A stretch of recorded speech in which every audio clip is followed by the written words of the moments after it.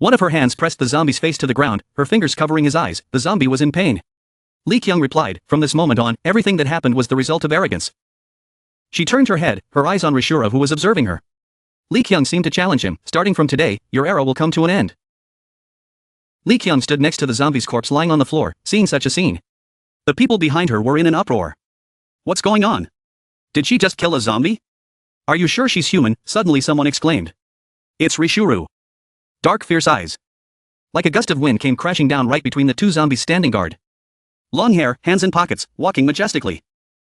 Seeing the tense situation, everyone advised each other to get out of here quickly. If you get caught up in it, you'll be ruined. Rishuru's face was full of murderous intent. He looked at her with anger. Rishuru said, so it was you, the one who killed the guardian, you came all the way here to kill me. Li Qiang saw him gradually approaching her. She was surprised, but regained her composure and answered him. Li Qiang mocked in a serious voice.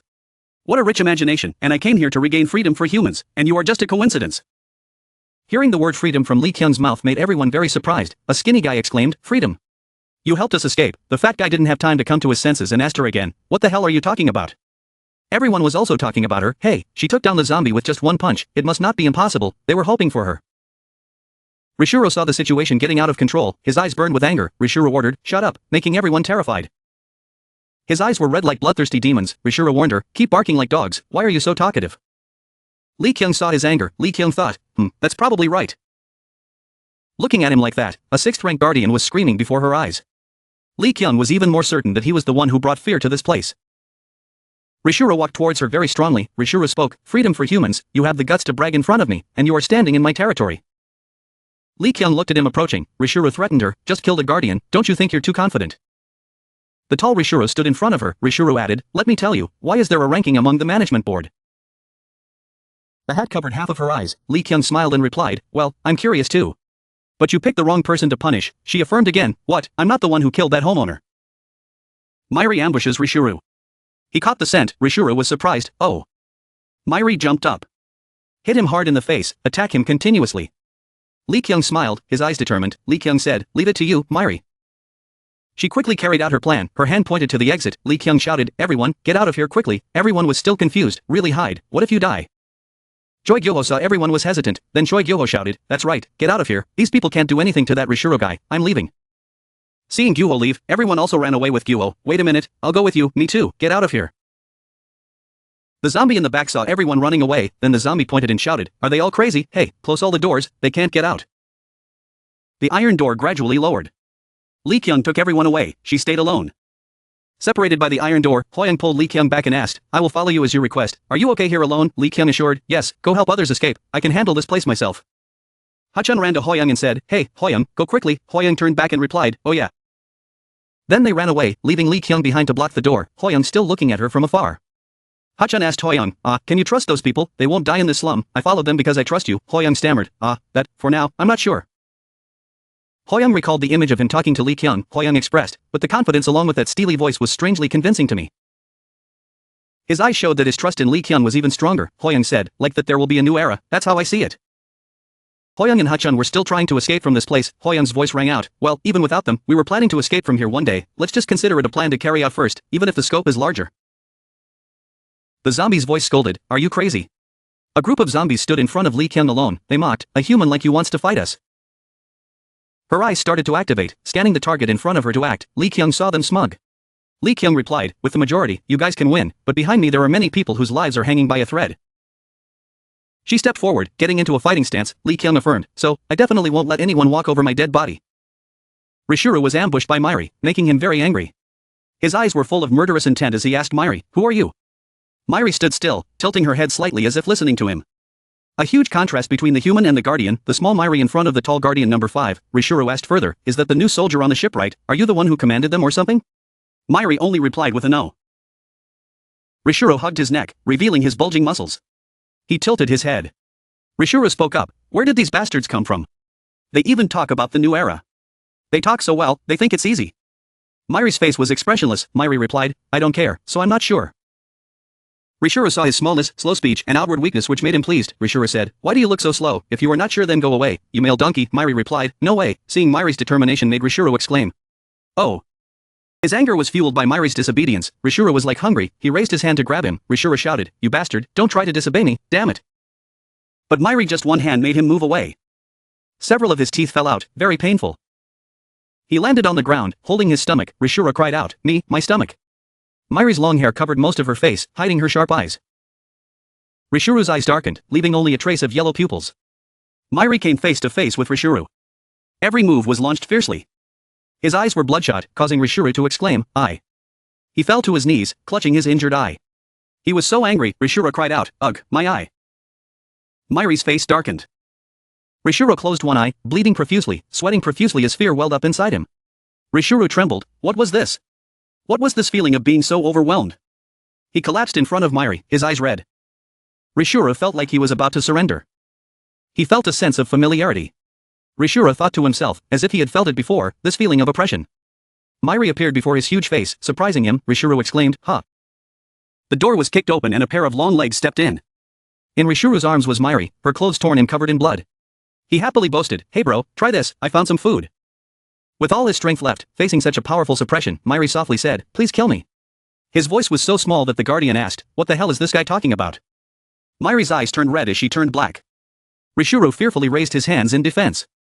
Rishuru spoke up, "Have we met before?" His injured eye opened, streaks of blood appearing. He opened his mouth wide, his expression filled with astonishment as he looked at Myri up close. Rishuru shouted, "Ah!" Rishuru gradually laughed out loud. He seemed to go crazy, laughing loudly, revealing his fanged teeth. Rishuru shouted, "The day has finally come, my master." Myri saw his crazy actions and he was suspicious. Rishuru sat on the chair, chin resting on his hand, looking sad. Rishuru said, "Reminder is the word to describe my current situation exactly." He thought about the past. Rishuru said, on the day the zombies broke out, he faced this fear for the first time. He was in pain and ran away. Rishuru experienced that, making him certain. Rishuru said, he realized that to survive, he had to become stronger. Rishuru continued, "So in order to stay alive I dare to do anything, becoming stronger and stronger." Not long after, he was promoted to guard. He said silently, "I have become too strong." His hand crushed the ant on the table. Rishuru continued, no longer feeling fear or horror. Life gradually became dull. From then on, I began to become extravagant. As soon as he mentioned it, he looked down at his hand. Rishuru scolded him. "Damn it, the watch is dirty." The ant's blood splattered. Rishuru said, "I tried hitting my head on the red dirt. But life is like that." However, that person appeared again. He knelt before Myri who was looking at him. He was amused. Rishuru said, "Right in front of me. The reason I became strong." It was Myri. Then learned the feeling of fear and shiver. He frantically jumped in front of Myri. Rishuru was delighted. "Make my life interesting again like before." As soon as he finished speaking, he was punched in the face. His face changed color. Myri kicked him away without any hesitation. The blow was so strong that he hit the ground with a huge explosion. Rocks flew up. Myri's counterattack made Rishuru even more excited and he went forward to fight Myri. It was the feeling he had been waiting for so long. Rishuru laughed loudly and shouted. "Wonderful."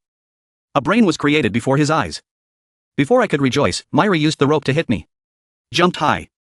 He lashed out at Rishuru in all directions, causing Rishuru to scream, "Eh!" Myri's counterattack tortured his body in great pain. But Rishuru still exclaimed. "He's strong. He's on a completely different level from me. At this rate, I'll really die." He seemed to have found the truth of his life. Rishuru's eyes burned with determination. "Sir, I like it very much." The blow sent him flying high into the air. Rishuru's voice echoed. "Master, do you know?" Rishuru crossed his arms and bowed his head confidently. Rishuru said, "Among ordinary people, there would be a few with superpowers. It was no different for zombies." Rishuru spread his wings with power. Rishuru shouted.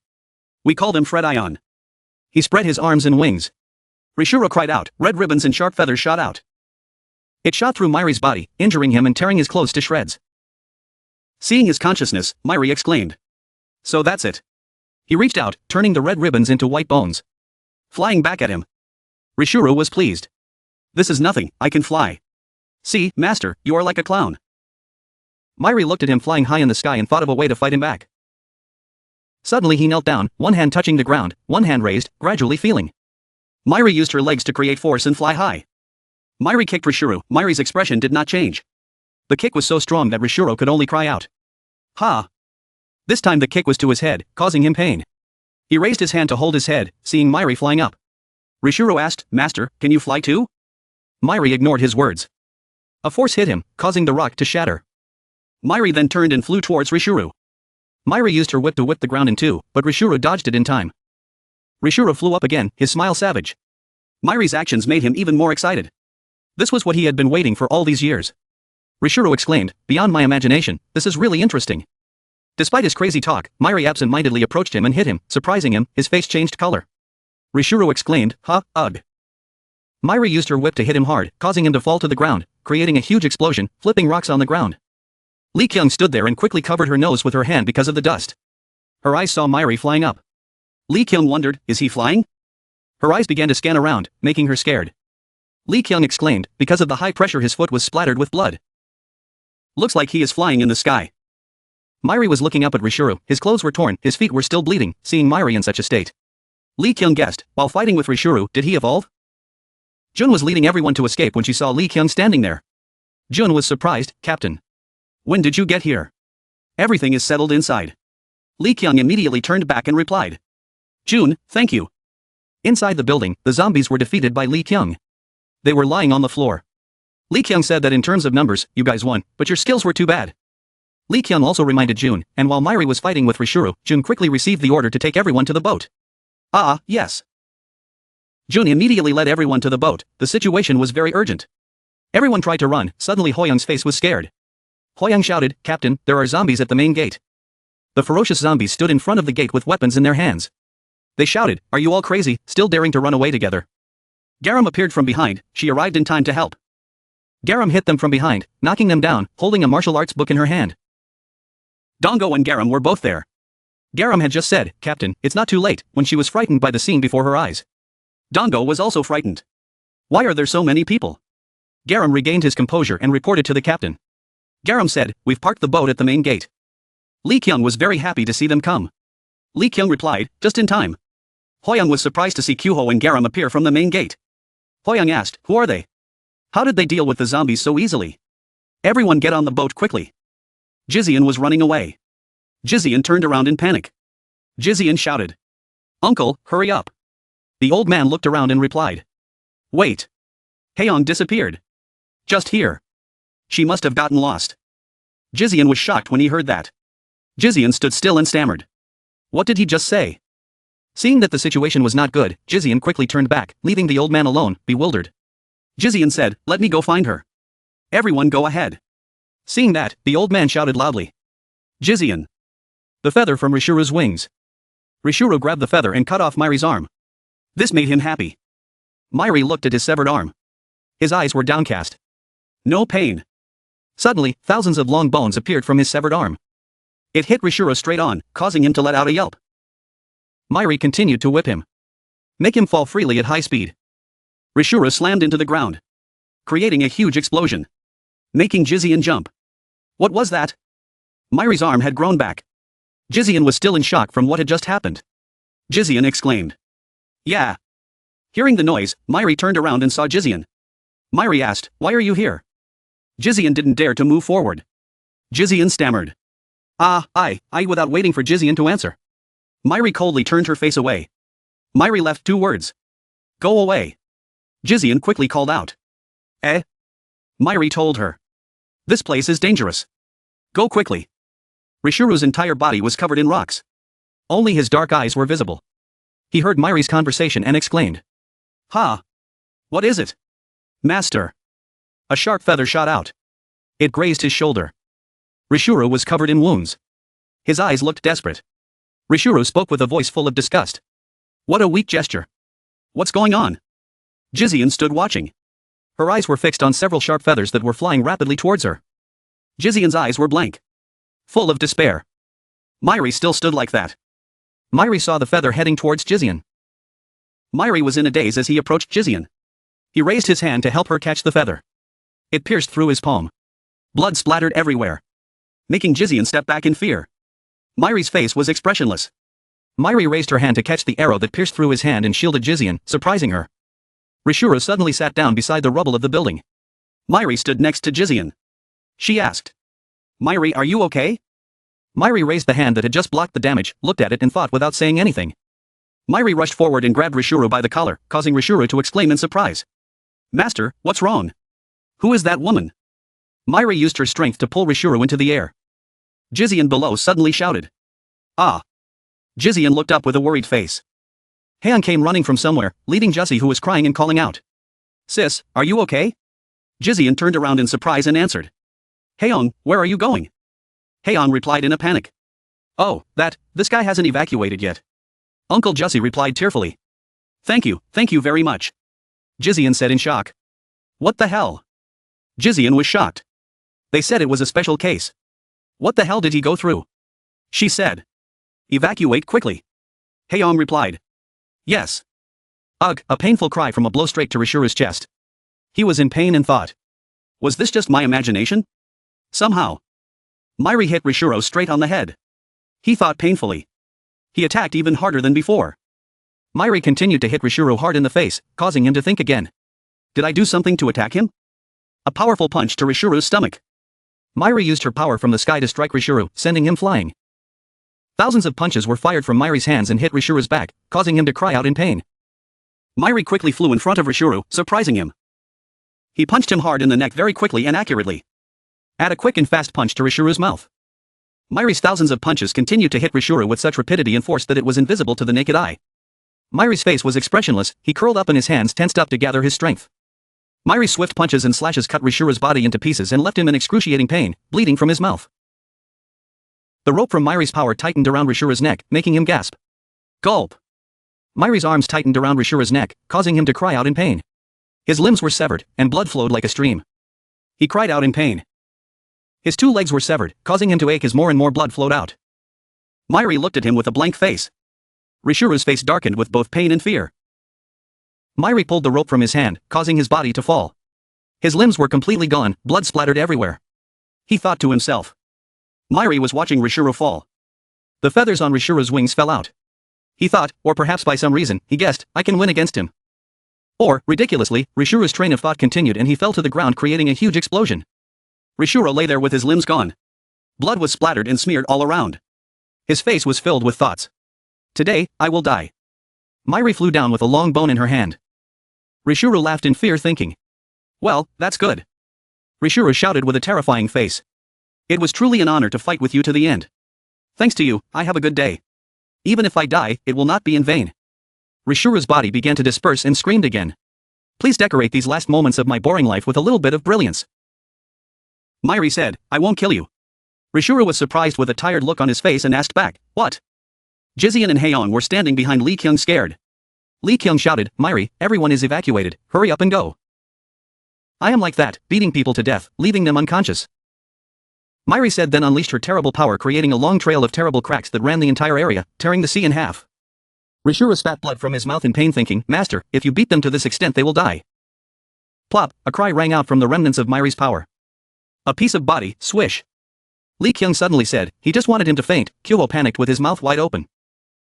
Garam ran over from somewhere and said in a panic, Captain, the fence is gone, the boat is ready to depart. Lee Kyung stood there with Kyuho and replied. Really, Kyuho, go control the crowd.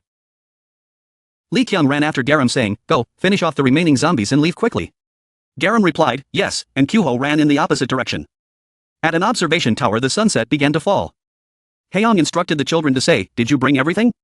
A child holding clothes in his hand ran after him and said, then, thank you. 2 kids were sitting in a corner talking to each other.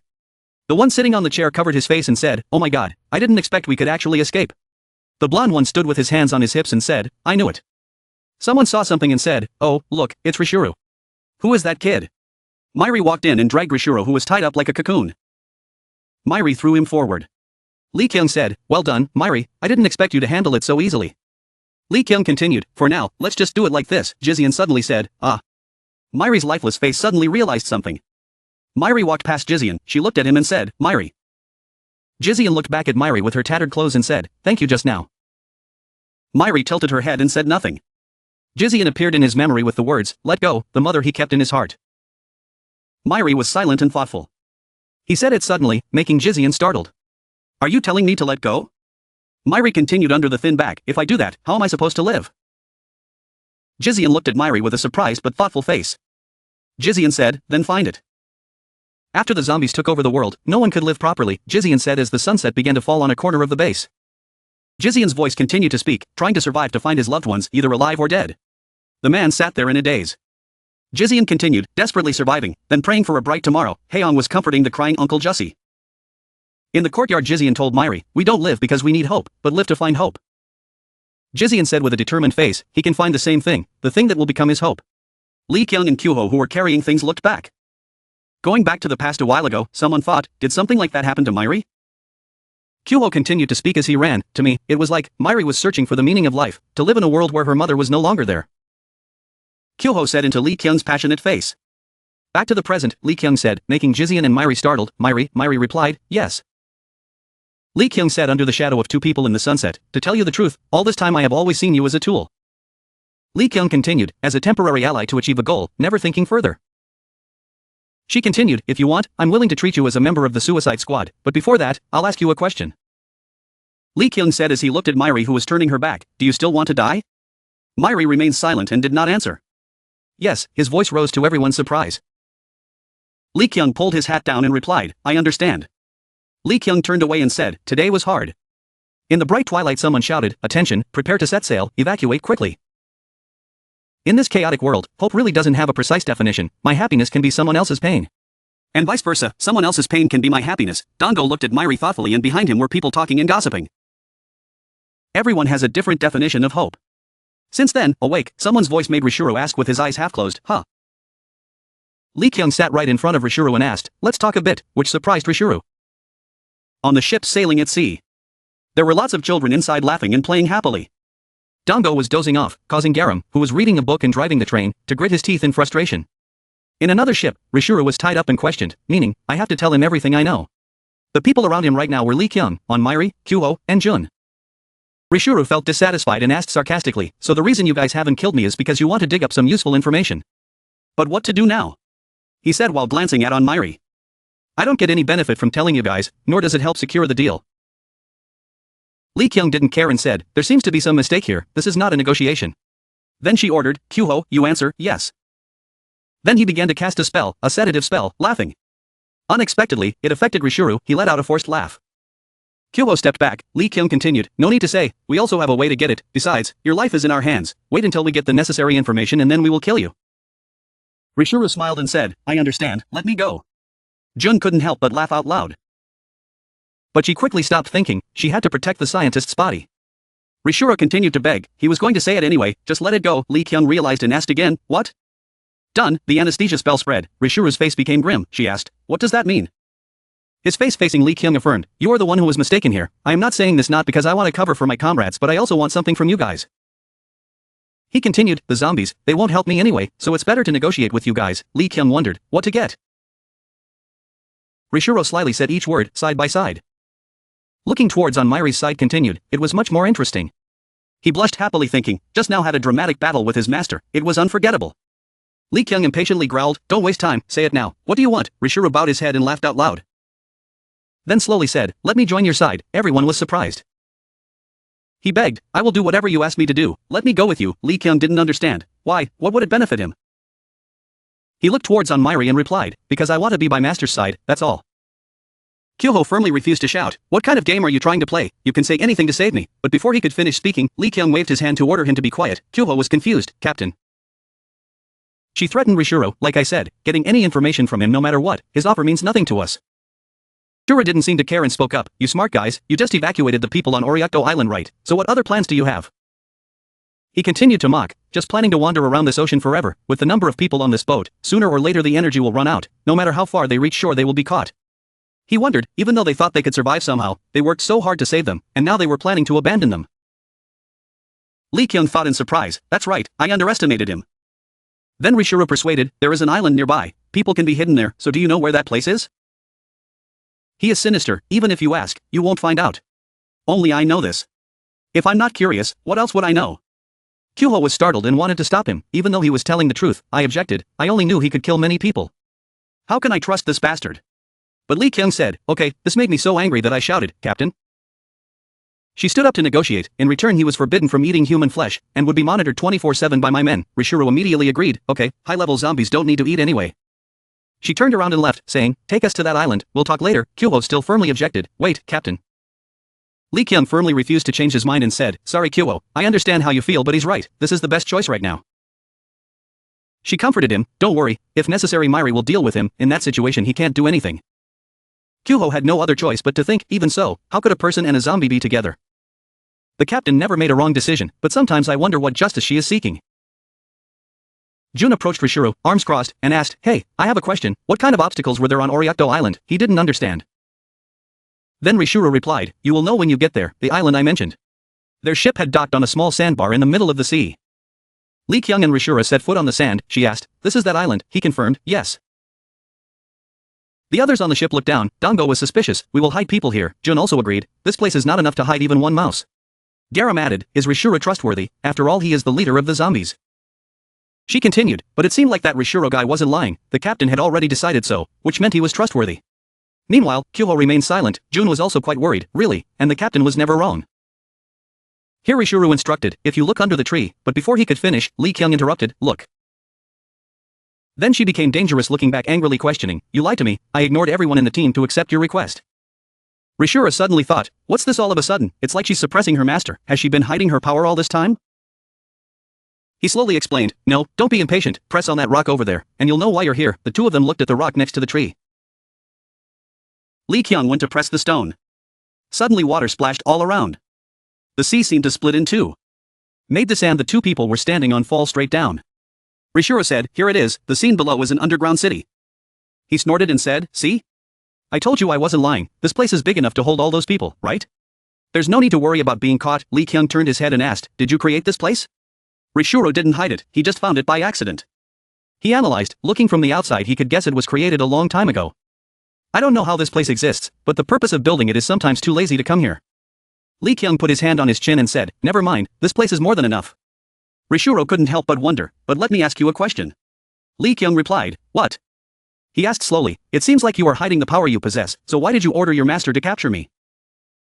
With your ability, not only me but also the other guardians you can easily defeat. Lee Kyung replied, I can only tell you that I have my own reasons and they are not as strong as you think. Rishuru was indifferent, was that so? He thought, no way, she must be at the master's level or higher, but where did these people come from? Lee Kyung asked, oh why are you back? Rishuru replied, just press the button like before. Then everyone got down from the sand, they were surprised, everyone said in unison, what is that?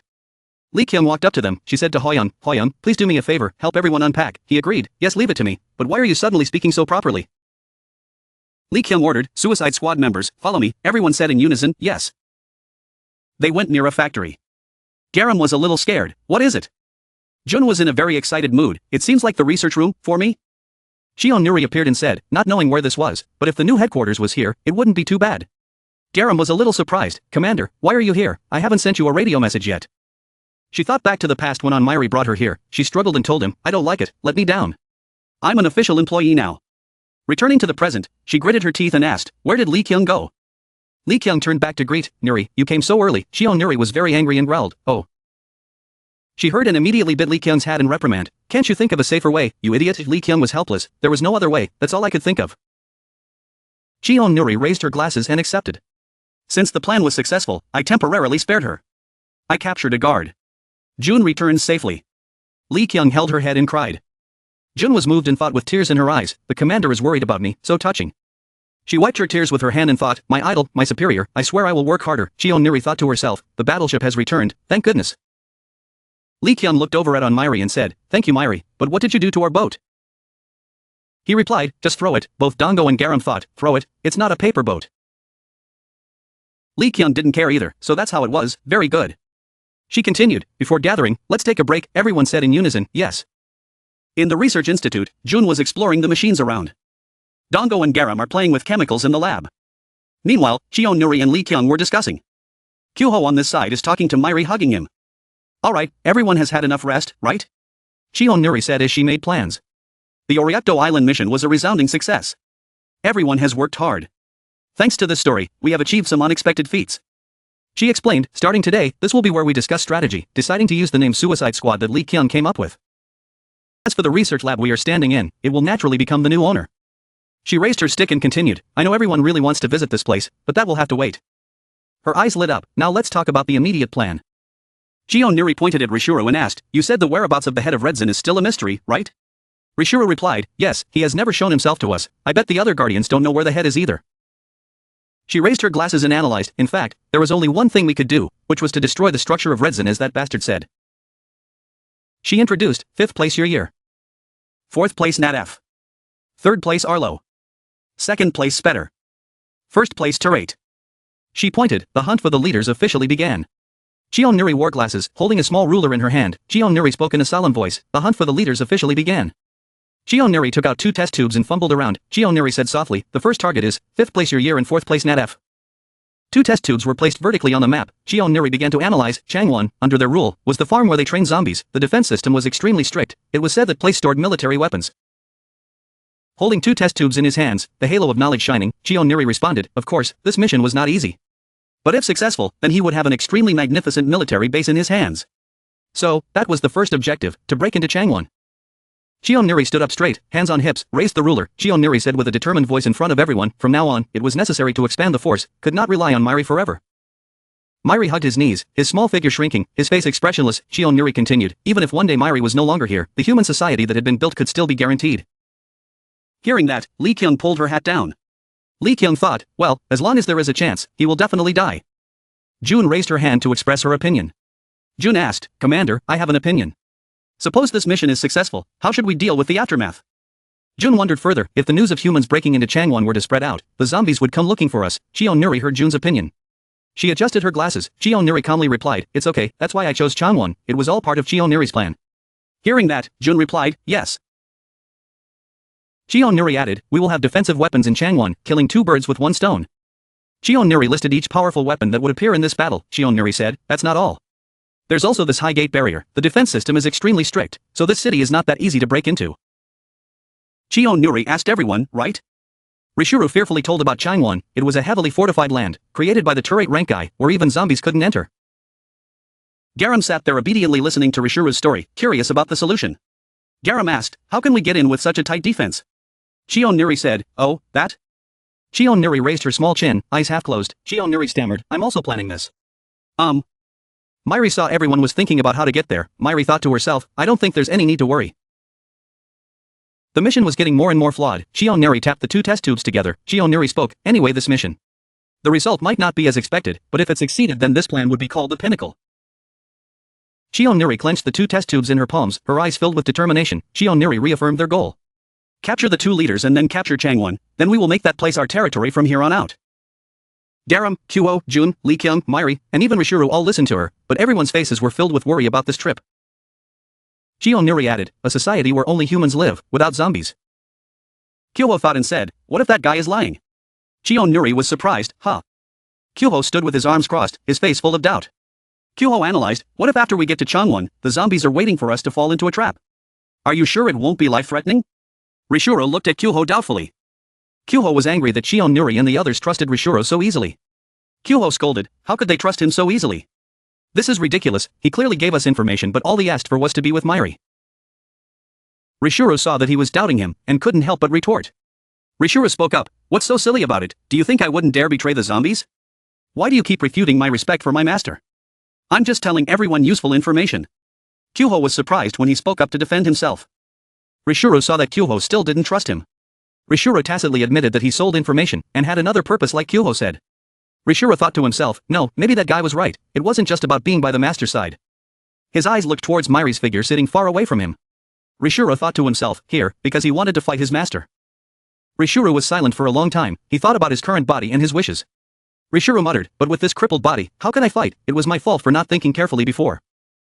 Seeing the situation getting more and more tense, Lee Kyung spoke up, don't worry, we will go there first to scout the situation, just verify if it's a lie or not and then we'll figure it out later. Her eyes were full of murderous intent. Lee Kyung affirmed again, I'm not asking everyone to blindly listen, we're just arranging the most suitable method. Hearing the captain's orders, Kuho was also relieved. Kuho replied, I understand. Seeing that the situation had improved, Cheon Nuri sighed, still stroking her beautiful chin. Cheon Nuri spoke, then let's stop here for today. This mission will take at least a few months, so there is a small favor I want to ask everyone. Jun was surprised. Jun exclaimed, favor. Hwoyoung stood in the middle of the group of people who were rescued. Hwoyoung spoke, among the people rescued from Oro Island. Choose if there are any suitable people, there is still a lot of time, we should expand our forces, that's why we rescued them in the first place. Cheon Nuri stood in front of everyone, hands on hips. Cheon Nuri said, today is enough, see you all at the next meeting. Lee Kyung reminded, whoever you choose, remember to let me know. Everyone agreed, understood. After that, everyone quickly dispersed. Garam and Dango walked together. Garam asked him, "Hey, when will you have your own house? Is lying on the floor enough for you?" Dango replied, saying something. The other girl, Jun, looked at Rishuru. Lee Kyung called, "Mira, let's talk." Myri stopped. Dango was walking when Garam reached out to stop him, surprising him. Rishuru was wrapped tighter, his mouth was also covered. In the research room, Jun sat in front of the screen. Jun exclaimed, "Fuck, how can you use a computer while drifting at sea? Where does electricity come from?" Jun looked at the screen nervously. Jun thought to herself, well, I also think about how this city exists. As for where this information from the lab came from, she began to feel that something was secretly going on. Jun judged that all these inventions, the barrier on Oro Island seemed to use the same type of technology. She stared intently at the glowing stone in her hand. Jun exclaimed, the technology here was hundreds of times more developed than before the disaster happened. In this strange world, technology was so developed. The more she looked at the stone, the more curious she became about their development. It made her sweat. Jun became more and more suspicious. Who could it be? Who is it? Why? Did they create these things? Thousands of questions were raised in her head. At the same time, Lee Kyung and Myri entered the lab. Lee Kyung called out, "Jun, are you free?" Jun heard the voice and turned around. Jun exclaimed, Captain, do you need something?" Lee Kyung said, "It's nothing, but do you remember this knife?" She just took out the knife and asked Jun. Lee Kyung continued, "Its effect is to delay Myri's recovery process. I want you." Myri stood there in a daze. He had no vitality. Lee Kyung was silent for a moment, then continued, using this to create a weapon that could kill Myri. Jun frowned. She didn't understand what was happening. Her face was full of doubt. Jun wondered, "You're saying I created a weapon that kills people?" Lee Kyung said, "Yes." Lee Kyung gave the knife to Jun. Lee Kyung said, "The reason, I know it sounds crazy, but this is the reason Myri helped us until now, so I hope you can do it." Jun stuttered, "Is this Myri's wish?" Both Lee Kyung and Myri bowed their heads. Lee Kyung spoke, "That's right." Myri was still emotionless. Receiving a reasonable explanation, holding the knife in her hand, Jun was full of determination. "Okay, then I will do it. Let me take it apart and see, huh?" Suddenly the system malfunctioned. Jun immediately ran to the monitor to check. Jun shouted, "Captain, can you come here for a moment?" Lee Kyung worriedly asked, What's wrong?" Jun quickly pressed the keyboard. Jun said, "The material to make this thing, I just found it by chance, so I don't know what it is, but it seems like it's in this computer." A flower appeared on the screen. It was the Ringi flower, Jun said. It was a random material she crafted. Lee Kyung asked again, "Ringi flower?" Jun pointed at the flower and said that this flower was discovered after the disaster. If Ringi extracts the flower and combines it with metal, not only will it be dozens of times stronger than normal metal, but it can also create an alloy that contains special powers. Is that what it says? Lee Kyung was surprised. Lee Kyung made a judgment. What does that mean? Jin saw that the captain had guessed it. Jin replied, "Yes, that's right. As long as we have the Ringi flower, we can create a weapon to kill Myri, and we can also create many other types of weapons." Seeing that the effect of the Ringi flower was what she and the team wanted, Lee Kyung asked, "So do you know where it is?" Jin immediately replied, "Oh, yes, the location is also written here." Lee Kyung confirmed again, "Really?" With the location, Lee Kyung suddenly thought, the problem now was, who would go get it? Lee Kyung thought of Myri. Lee Kyung called out, "Myri, can I ask you something?" Myri heard that and replied, "Yes." Snap. The next morning, Myri flew up high. He carried Garam in one hand, the other held a map, and Dango was screaming loudly in fear. Garam kept his eyes glued to the map. Garam read, longitude 33.4015.8333, latitude 129.1062.778. The map said so. Dango was still screaming loudly. Garam scolded Dango. It was too noisy. Scared the hell out of him. Garam focused on finding the location on the map. Garam said, "Let's see," the location Jun marked. Dango, despite Garam was working, he was still shouting loudly, tears streaming down. Garam exclaimed, "Here it is." Myri and Dango, Garam has arrived at the new land, the location on the map, Chansong Mountain. The three of them landed on the ground. The recent high-altitude excursion caused Dango to collapse on the ground. Garam asked, "Senior, are you okay?" Looking at the scene before his eyes, Garam suddenly became quiet. Garam thought to himself, why did the captain send the three of us? Just me and Myri would be fine. Oh no, Myri alone would be fine too. Garam asked, "Let's go." Garam held a map in hand and walked ahead. Next to her were Myri and Dango with pale faces. Garam said, "This mission is to find the Ringi flower." Garam lamented helplessly, not knowing where it was anymore, so it would probably take some time to find it. Just do your best today. A vast sky was waiting for the three of them. Suddenly Dango covered his mouth with both hands, his face darkened. Dango shouted, Garam quickly avoided. Garam shouted, again. Dango couldn't hold back, he ran away. Dango's voice echoed, apologizing to everyone. Garam raised her hands to cover her face helplessly. She clenched her teeth. Garam said, "It's okay, just relax, today will be a long day." What appeared before Dango's eyes was a zombie. It was screaming in front of him, making him surprised. Dango exclaimed, "Huh." When he recognized the zombie, Dango screamed loudly, the zombie body, then ran away on all fours towards Myri and Garam. Dango's face changed color and he fell back. Garam heard the zombie and asked, "Where is the zombie?" Suddenly Garam stopped, her eyes widening, frowning. Garam said, "It looked like a corpse. It was a zombie-like skeleton, with torn clothes and dye on it, leaning against a tree." Dango regained his composure. He approached the zombie to observe. Dango wondered, a human corpse, but why was there paint? Garam guessed, maybe there was someone with supernatural powers living nearby. Dango was shocked when he heard that and asked her again, someone with supernatural powers. To be sure, Garam said, try following the traces. If there were people living around this area, maybe they would know something about the Ringi flower. Garam's voice became more determined, and he even convinced them to join our team. Dango was delighted to hear that. Dango exclaimed, Myri was behind the two of them. He raised his finger and pointed there. Myri exclaimed. Hey! Myri said, over there. Dango shouted, child. It was the body of a child, missing arms, missing legs, clothes covered in paint in a very tragic way. Dango approached curiously and asked, is she dead? Garam panicked. What the hell was going on? At that moment a thought flashed through Garam's mind, making her nervous. Observing the current state of the zombie and the child, June thought that the anonymous paint marks on both bodies, human and zombie. June speculated that if there really was a superpowered person living here, that person could be extremely dangerous. That made June and Dango even more scared, after witnessing the scene of people covered in strange colored paint stains. Garam and Dango suddenly felt a chill. If there really was someone with supernatural powers here, then that person was extremely dangerous. Dango suddenly remembered something, then reminded him, there was a rumor. Garam beside him wondered, what rumor was that? Dango tells Garam about the rumor he heard, there is a mad scientist who wants to merge humans and zombies.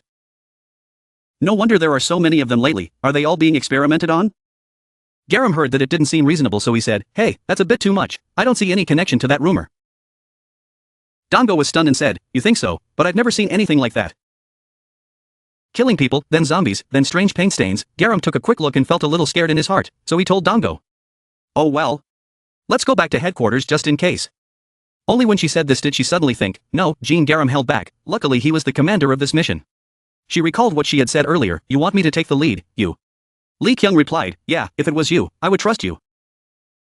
Now you are a veteran with achievements, you will definitely complete your mission well with high spirit and responsibility, right? She trusts you, she trusts Garam completely and absolutely, she trusts you, she trusts you. Garam just thought about it, the captain said he trusted him, he couldn't go back. She said then walked straight ahead, talking as she walked, let's go around here and see what's going on. I don't know what happened, but it has nothing to do with our purpose. Everyone is still waiting for us at home, so let's quickly find the Ringi flower and go home. Hearing her order, Dango and the others agreed, okay, Jean. Garam, very good. Suddenly, a moment later, Dango called Garam, Commander, it's done, but she didn't pay attention and kept covering her face, blaming herself for not finding anything. I've been looking all day, but I can't even find the Ringi flower's arm.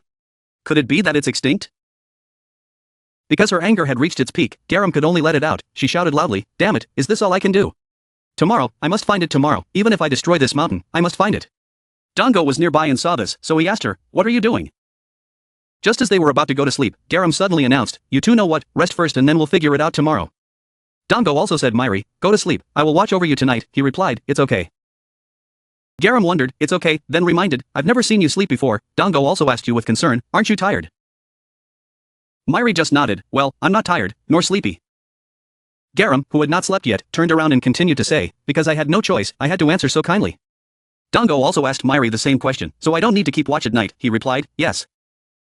Dango happily jumped up, yeah, Myri, I love you so much. Garam only turned her eyes towards Myri, probably wanting to ask Myri something but never mind. She turned away and said, it's unfair. He is very strong, but he does not need sleep. Suddenly Garam thought back to when he met that guardian. He was so scared that he couldn't do anything but sit and wait for death. While on Oro Island, I ran errands and didn't contribute much.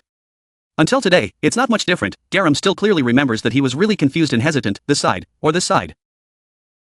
Then she commented on herself, the captain must have trusted her a lot to give her this commanding task, but she was so clumsy. Suddenly Garam sighed. His eyes looked thoughtfully at the sky with the clouds drifting by, and he promised himself that he would definitely become a hero in the future. Garam suddenly remembered the previous house fire. In the fire there were only cries for help, loud crying. There was a cry for help coming from the box there, is anyone there, help me. Please, save me. Then the door opened, bringing with it a glimmer of hope. A fireman came and said, kid, are you okay, are you hurt, let's get out of here. Garam stopped crying quickly and looked at that person without blinking, that person he had met when he was young. Nothing else, just the appearance of a hero. Since that day, I have come to a solution, from now on I must become a really cool guy, like that person. Then she suddenly returned to the present, but now, she was neither as good nor as determined as the captain. Smart and sharp as a commander, even less so. Or talented like June. She was so embarrassed that she didn't know what to do but crawl under the covers and judge herself. How pathetic, someone like her couldn't possibly become a hero. Suddenly, a scream came from somewhere. Garam jumped up and asked, what is it? A little girl was in danger, she backed away in fear and called for help. But the other guy just said, in the middle of the wild mountains and forests like this, where did you find a little girl? Hey, if I were to beg, no one would find out, right? That guy happily jumped in, today was really not bad luck. Luckily, Mr. Garam arrived in time and hit the guy with a stick, making him cry out in pain. Seeing her, he asked, who are you? But Garam only asked the little girl, kid, are you okay? The other guy then spoke, I knew it, there's no way a little girl would be wandering around here alone? You're the one who set the trap, right? Garam was confused by this, she repeated his words. Set the trap. Suddenly there was a figure standing at a high angle looking down observing everything. This person's face is not clear, only a vague silhouette is seen. What is he doing? But at this moment, the creepy guy jumped up and said, anyway, I have to thank you guys for saving me the time of looking for you. Garam took out a book, her stance ready for battle. I don't know what you're talking about. She was in the process of imparting knowledge, then she spoke slowly, word by word. I am not the person you are looking for, she said as she attacked this guy. One strike after another. Garam launched his attacks one after another. The person up there is acting strangely right now, does he seem to have seen something? Garam below continuously attacks the opponent with great force. The other guy didn't fight back but only knew how to block those attacks. Garam looked at him in surprise. What? He blocked the blow. Garam now used his elbow to attack. After enduring that attack, it finally spoke up. Indeed, you are not an ordinary person like those people said. She stood in front of him and instructed, and yet, she still hasn't defeated him. Dango and Myri caught up at that moment. Garam, I'm here. Why are you running off alone? Seeing someone coming to save her, she shouted with joy. She turned back and said to the kid. Hey kid, go over there, are you still in pain? Yes. The kid ran over there but was followed by a scary guy. He was holding a big round rock and was about to throw it forward. Where was the bitch running to? Then he threw the big round rock down and shouted angrily. You dare ignore me? The kid now knew only fear, nothing but fear. Seeing that, Garam shouted loudly. Wait, Myri, save the boy. But Myri stood still, not moving. Paying no attention to what Garam and Dango said. Paying no attention to the situation on the verge of danger. Hey, Myri, did you hear anything? She stood there, dumbfounded. She couldn't understand what was wrong with Myri right now. Without hesitation, she went out to save the kid from the big rock. She stood up to protect the kid bravely.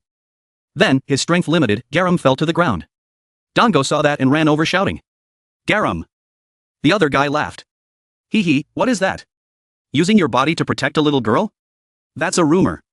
You're not a big deal. Then he held Garam's head with one hand and said to Dango and the others. You're with that girl, right? Stand still and let me show you.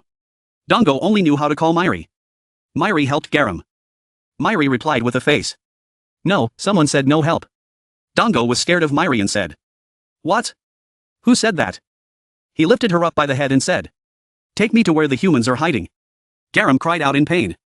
At this moment, a strange phenomenon appeared, the color palette opened. Something yellow flew over and gently cut off the other guy's head. The head and neck separated. Garam looked at the thing and then said. Earth yellow. Garam was thrown hard to the ground. But she and Dango's group just looked at that thing and asked each other in fear. What the hell is that? But the little boy was moved to tears at this moment. He shouted. The hero has come to save us. The woman looked similar to the previously unidentified person. The kid then ran up to him and hugged him and said, Hero, these people saved me. Then he smiled and asked in return. So? Are you hurt anywhere? Suddenly he looked towards Garam and said. Oh, thank you everyone for saving this kid. I am Kim Minsung, a hero. Garam looked at Minsung with confusion and secretly felt that, who would normally say they were a hero. Kim Minsung added at this time. Everyone seems to be injured. Why don't we go back to our village first? Dango asked her again to make sure. Okay? Then he asked her with concern. Garam, go there and rest a bit. She remained silent and did not reply. Then she replied after a while. Okay, this made Kim Minsung a little confused. Garam continued. We still have other things to take care of. Dango asked in surprise. What did you say? At this moment, Kim Minsung made an ah sound as if he understood the problem. Minsung smiled and said. What a pity, everyone must be very busy. Good luck to everyone. Dango heard that and quickly spoke up. Wait a minute. Before he could say anything, Minsung led the boy away and said, We're going back. Dango helped Garam up and told her, You need to bandage your wound too, but she refused and said, It's okay. Luckily, this little thing is blocking the way in front of you, so you're not too badly injured. Here, Garam pointed to the severed head. Dango asked, surprised. What about that? She just gave him a lead to figure it out. Unlike the body we saw this morning. Dango seemed to understand and let out an ah sound. It surprised him because of this strange similarity. Then Garam continued talking about Kim Minsung. That person is very suspicious. She then spoke up again. Senior, you're holding the walkie-talkie, right? Let's contact Myri first. Then Garam asked Myri. What did he mean by that? He asked her back. What did he say? She frowned and questioned Myri. You said you couldn't help me. Why? She got Myri's reply that the one in the hat told me not to help. Garam wondered, Captain? But she still questioned Myri about what just happened. Hey, even if that's the case, seeing someone else about to die, how can you just stand there and watch the show? Myri's eyes at this moment seemed to contain thoughts that could not be revealed. No, it's me. Garam suddenly smiled. Garam turned away, not even looking at Myri. Forget it, I don't need your help. Meanwhile, Garam walked and affirmed that he could do it himself. Dango saw that the two were showing signs of separation and spoke up. Hey, let's go together. Get the walkie-talkie first. When Minsung brought the little girl to a town with many people, everyone looked at her in admiration. Oh, a hero. She saved another child today? As expected of a hero. Minsung smiled gently and humbly. Ha, everyone go inside. It's getting late. At this moment, the little boy's parents ran over, sobbing and calling their names. The little boy was also moved and called their names. Mom, Dad. The family hugged each other happily. They even sincerely thanked Kim Minsung. Oh my god, hero. Thank you. Seeing that happiness and luck, she replied. It's okay, quickly bring the child inside. At this moment, someone asked Minsung something. Are you going to the flower festival? If you go, then I will. She smiled in response to that statement. Go, I have to go. Garam watched the whole thing through binoculars from up in the tree and said. How strange. He was treated like a hero. And there was a village in a place like this. Did they all escape from the city? Dango received a message from Garam. Senior. Did you see anything? He was confused. Dango replied to Garam. Oh, you took my binoculars, didn't you? What do you expect me to see from up here? She realized stupidly now. Right. Garam sighed, so tired. Dango could only tell her. Wait a moment. Seeing that, she immediately replied. Do whatever you want for now. Dango replied. Do whatever you want. What exactly do you want to say? Evening night falls. Kim Minsung was caught walking alone on the street. Garam followed every footprint. Why was he wandering around like that? Was he really protecting the village? Kim Minsung came to a place and suddenly stopped. Minsung shouted two words. Garam heard it and was surprised and wondered a bit. The little boy who was rescued earlier is now playing with the dog on the village street. Kim Minsung saw that and laughed crazily and said, should we merge them? Seeing Kim Minsung walking away, Garam quickly hid behind a nearby wall and covered her mouth with her hand to limit the sound of fear that came out. She thought, merge what? Human and zombie? Then Garam ran after Minsung, he had to follow him. If he really is a mad scientist, I have to stop him. She followed Minsung to a house. Here Garam heard two sounds, blue paint. Kim Minsung is in there, summoning something green to appear. Freddy Bird. Hey Freddy Bird. Minsung asked the green thing, what should we do? The green thing turned into a strange-looking bird. It replied, do it, you won't lose. Garam pressed her ear to the door and listened. Whose voice was that, she wondered? Wasn't he alone? What were they saying? It was so hard to hear. Minsung laughed very scarily at this moment. She said, ha, I almost got caught but let's try to merge them. Garam was listening outside and his face turned purple. She said again, something about unification. Sure enough, Garam had blown open the door out there, startling Minsung. Mad scientist. Garam rushed in and said, I will not give you the satisfaction. Kim Minsung burst out laughing at this moment. Garam threw a punch. But the opponent dodged. Minsung put his face down on the table and said, found it. Garam was a little confused. Minsung was both crying and happy at this moment and said, here comes a strong and healthy person. I was even planning to go find you, Garam asked in confusion, what are you talking about? And then Garam seemed to learn something from Minsung. So what he was saying was, he was mistaken for a hero. Minsung remained kneeling on the floor and replied, yes.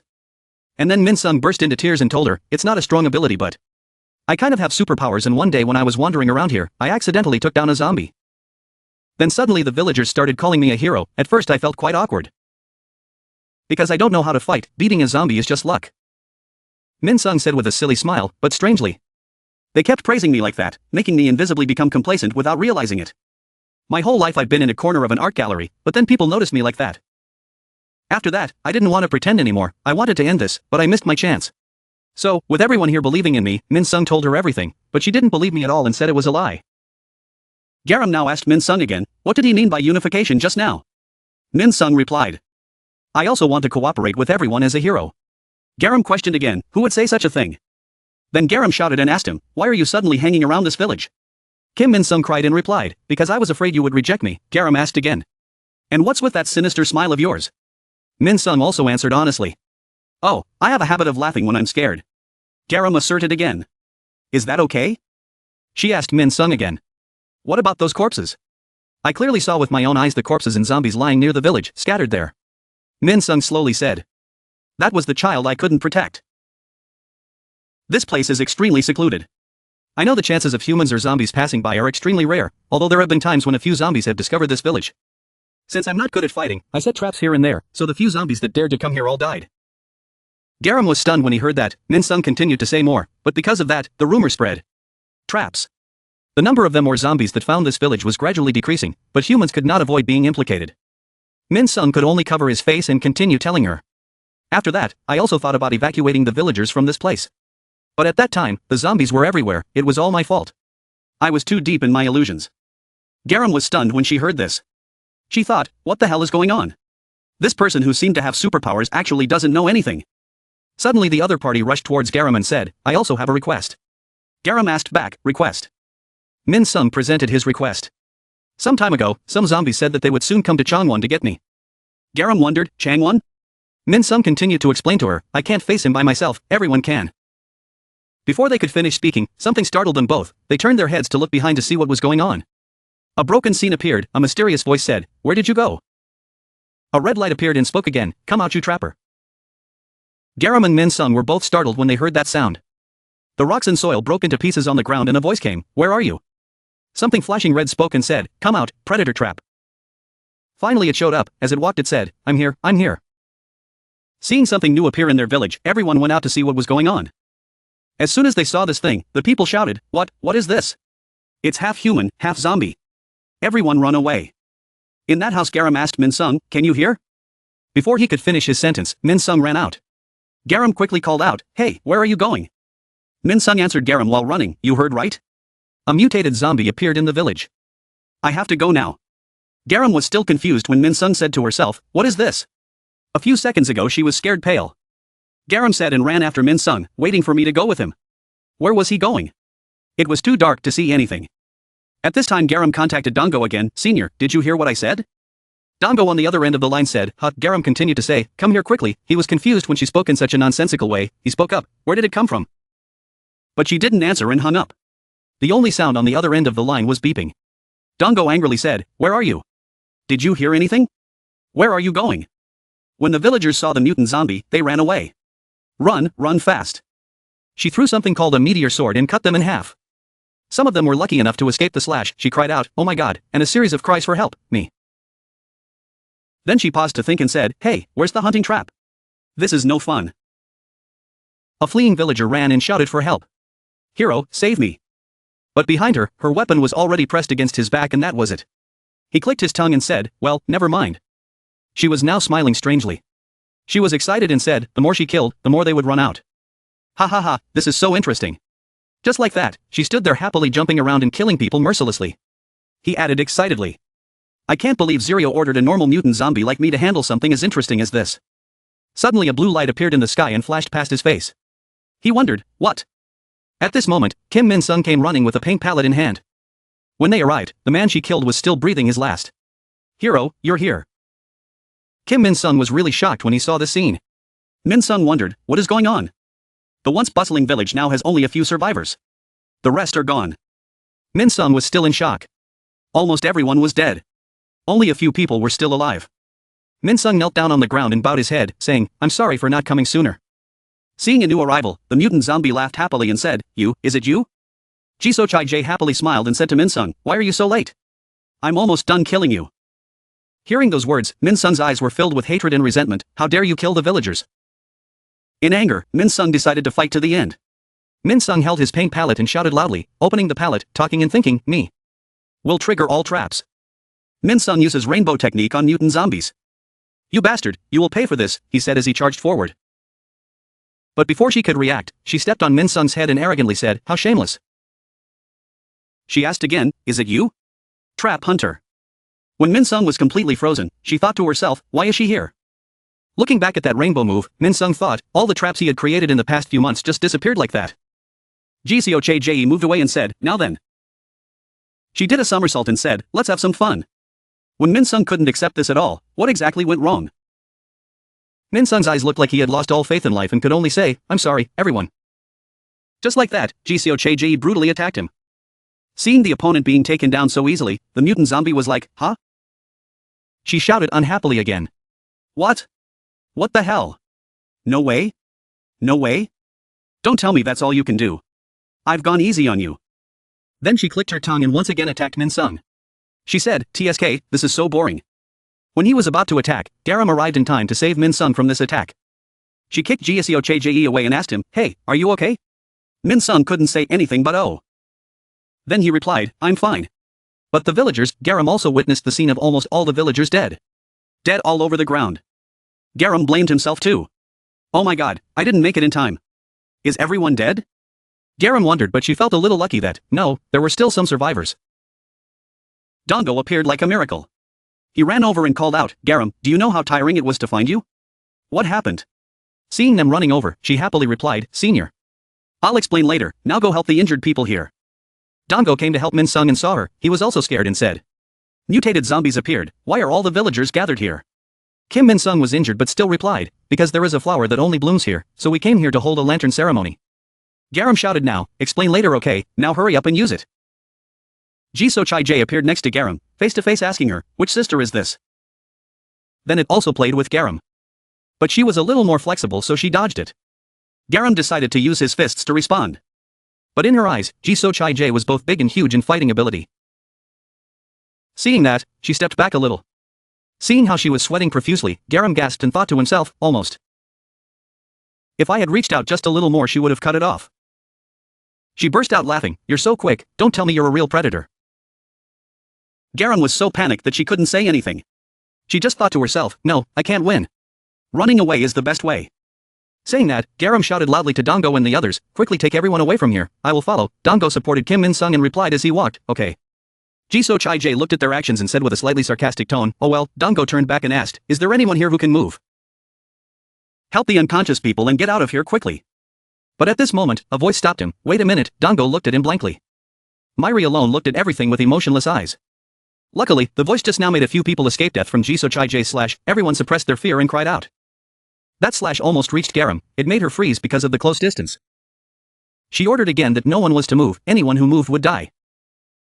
She danced happily again and said, the captain of the third team of the Changwon defense team, Gcoche. Me and my beloved sisters, we will move together as one body, one body. Both our thinking and our actions are the same, we gain 4 times the benefit with just one attack. Then Gcoche leaned close to Garam's face and said, let's have fun together. Kill each other until one of them dies. Everyone shuddered when they heard it say such horrifying words. Garam, but choked in his throat, could only think to himself, what are you saying? Seeing the other side was silent, the mutant zombie smiled and said, silence means agreement. Myri just stood there silently, not saying anything. Think back to what you said to the captain, I don't need to do anything. She replied, yeah. But if something happens, let Garam take care of it alone. Myri asked back, what if she was about to die? She replied, if that's the case.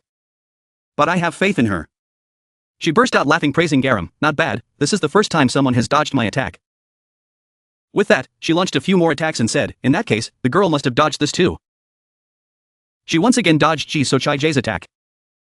She also expressed her gratitude to her.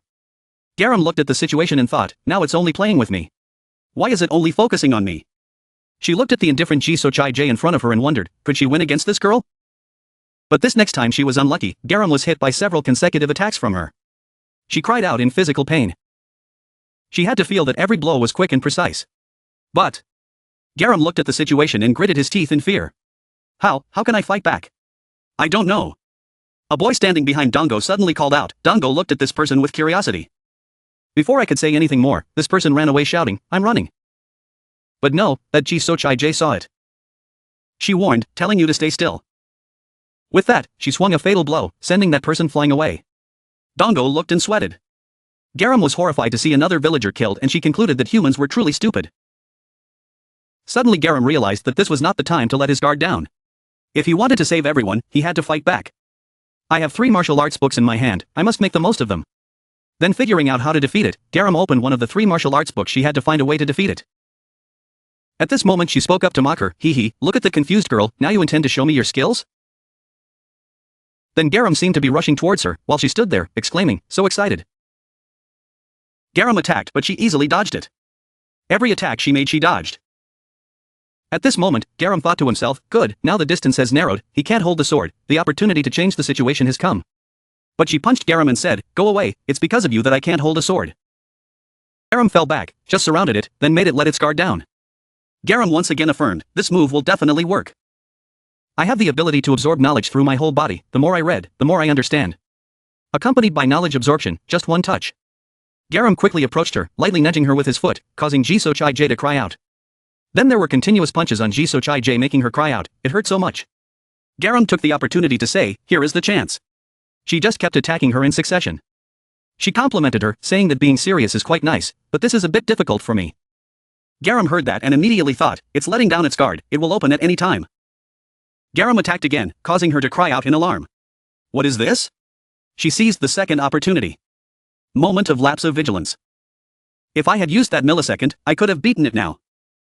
She immediately changed her strategy by jumping high to attack her. Suddenly there was a cry, like this. Garam was hit hard and immediately spat blood out. Now it was her turn to deliver the fatal blow to Garam. Seeing her like that, she even teased, you look so cute. At this point she stopped and told her, if you play with me, you must use all your power, yeah, it was a pretty cool test. Garam was beaten brutally, she cried out in pain. Seeing blood flowing down her hand, her eyes froze. It gently walked up to Garam and said, what game should we play this time? Garam fearfully stepped back and shouted, getting out of the way. Fear suddenly surged through her. She backed away, thinking, no, absolutely not, what should she do? In this dire situation, she urged herself, think Garam, use your brain, you said you would save everyone. Stand up and fight, find a way to win. Her face turned pale, I hoped to say something, but I was afraid. Suddenly someone came to Garam. As Myri, he came to ask Garam, did he need a hand? She said I could help her, at a crucial time. Garam suddenly fell silent. Her heart suddenly became empty, she thought to herself, this matter was easy for Myri. Being on time is enough, I don't need to be a hero. I will be a hero. Garam thought that one day, he would become a hero like that person. Her hands clawed hard at the ground. Garam replied to Myri, thanks, yeah. She said something at that moment, I suddenly realized something, I've grown up. Children's and adults' thinking are not much different. She was deep in thought in the dark, just now she was very scared, at that time the fireman must have been very scared too. Her hand moved slightly, Garam also realized that with such a high-risk job, there was a possibility that he would not be saved. Saving people is like that, at this moment Jisochai-J looked at her and expressed his confusion. Garam continued to think, instead of thinking about what to do. Garam's scream echoed throughout the space there. Jisochai-J looked on with interest, new skill, still planning to make us fall again.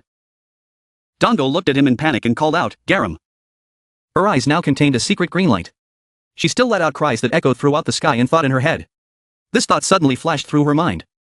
Your ability to absorb knowledge. If so, Garam is in the process of imparting knowledge. Jisochai-J was surprised to see that. Garam used everything he had just acquired to attack her. Jisochai-J was hit and cried out in pain. She clenched her teeth, her whole face contorted in horror. Garam's power knocked Jisochai-J down, for bodies falling down. A big explosion happened. Jisochai-J sat stunned as the light exploded in front of her. She thought in fear, what the hell, if I get hit by that I'm probably dead. She looked at Garam as if he was magically empowered, wondering where he got that power from. Jisochai-J thought to herself, she had to get out of here before things got complicated.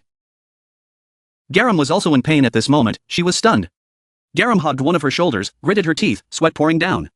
She thought, her body felt like it was about to explode. Most of the time this ability was only used for about 1 to 2 minutes. Garam was determined, she thought, I must quickly deal with these guys.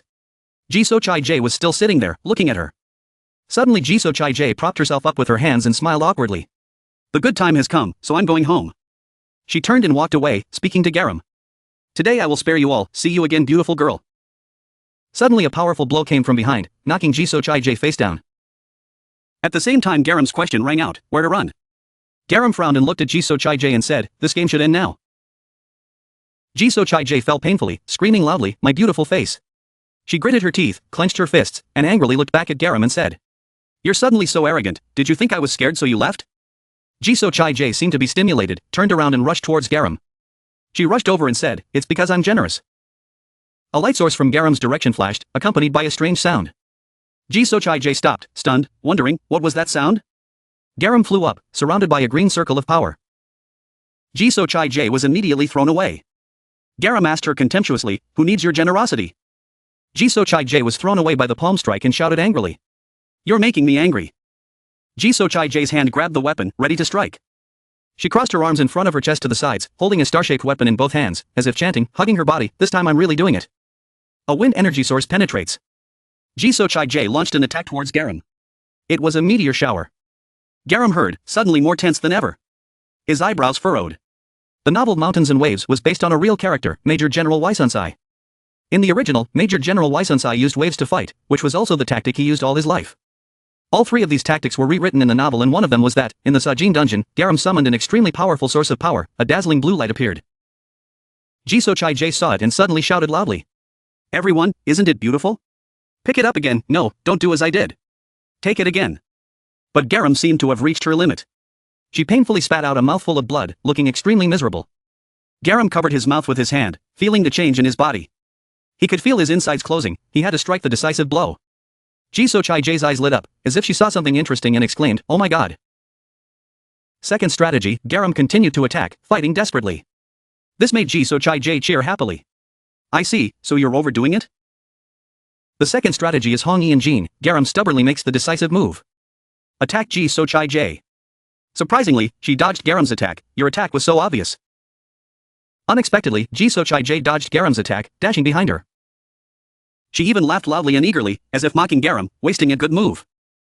Ji Sochai-J behind Garam continued speaking, her back exposed. But Garam's words made Ji Sochai-J stop laughing. No way. I did it on purpose for you to see. Garam's face suddenly became scary. He slowly turned to look at Ji Sochai-J. Then she struck again. The truth is. Major General Waisunsai then returned immediately. Strategy number 3. Garam's attack now quickly returned behind her. Aimed straight at Ji Sochai-J. Even though he was tired and in pain, Garam was more determined than ever. Ji Sochai-J looked at the beam of light rushing towards her, her eyes wide open, unable to escape. Hero, meaning. Overwhelming power, great reputation. May all be characteristics of a hero. Hero is sometimes a very simple, somewhat foolish conclusion. And sometimes that conclusion means knowing when to take a risk. Ji Sochai-J didn't have time to run, taking the full force of Garam's attack. That stream of power pushed Ji Sochai-J away.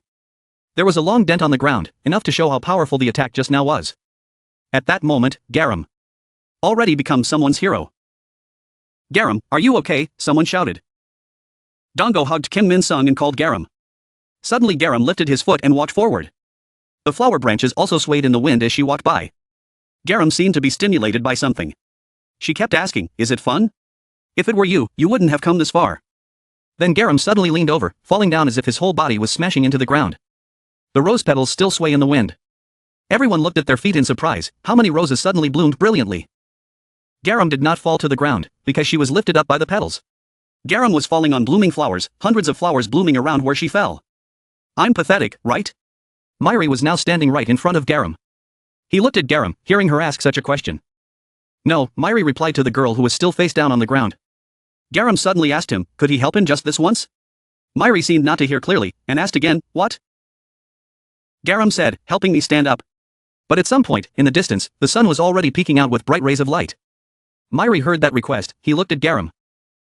Okay, that was the answer Garam received, and a hand was extended in front of her.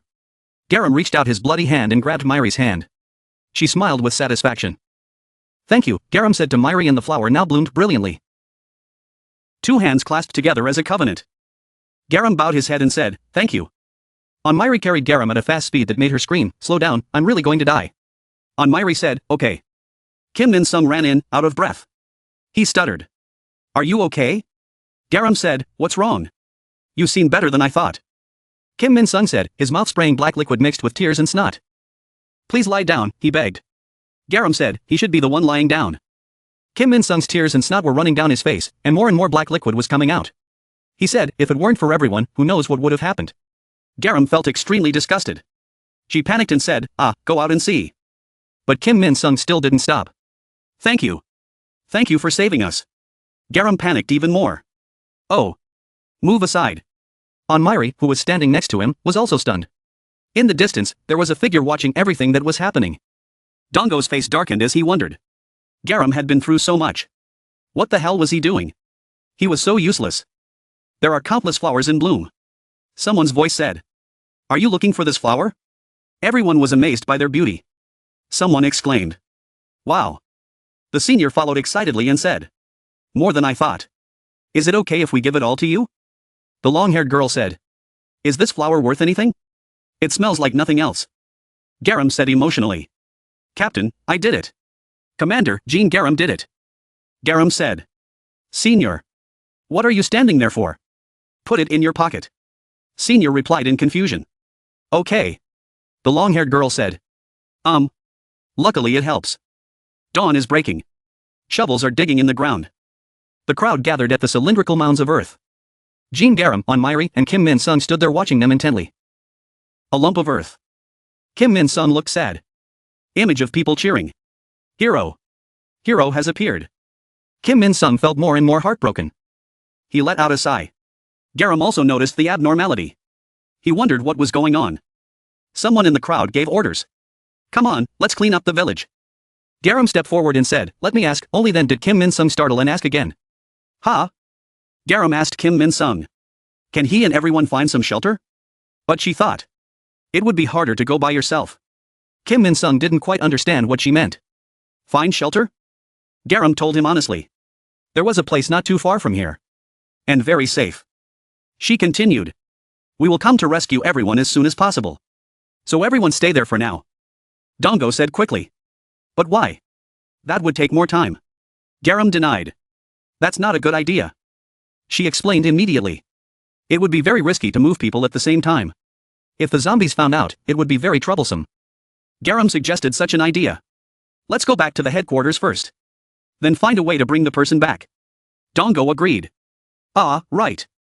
Garam wondered in his heart. What? Why is he suddenly so shy? A young man asked, is there really a safe place out here? Garam was too embarrassed to answer. Ah, then a woman asked again. Are you coming back to pick us up? Garam said with determination.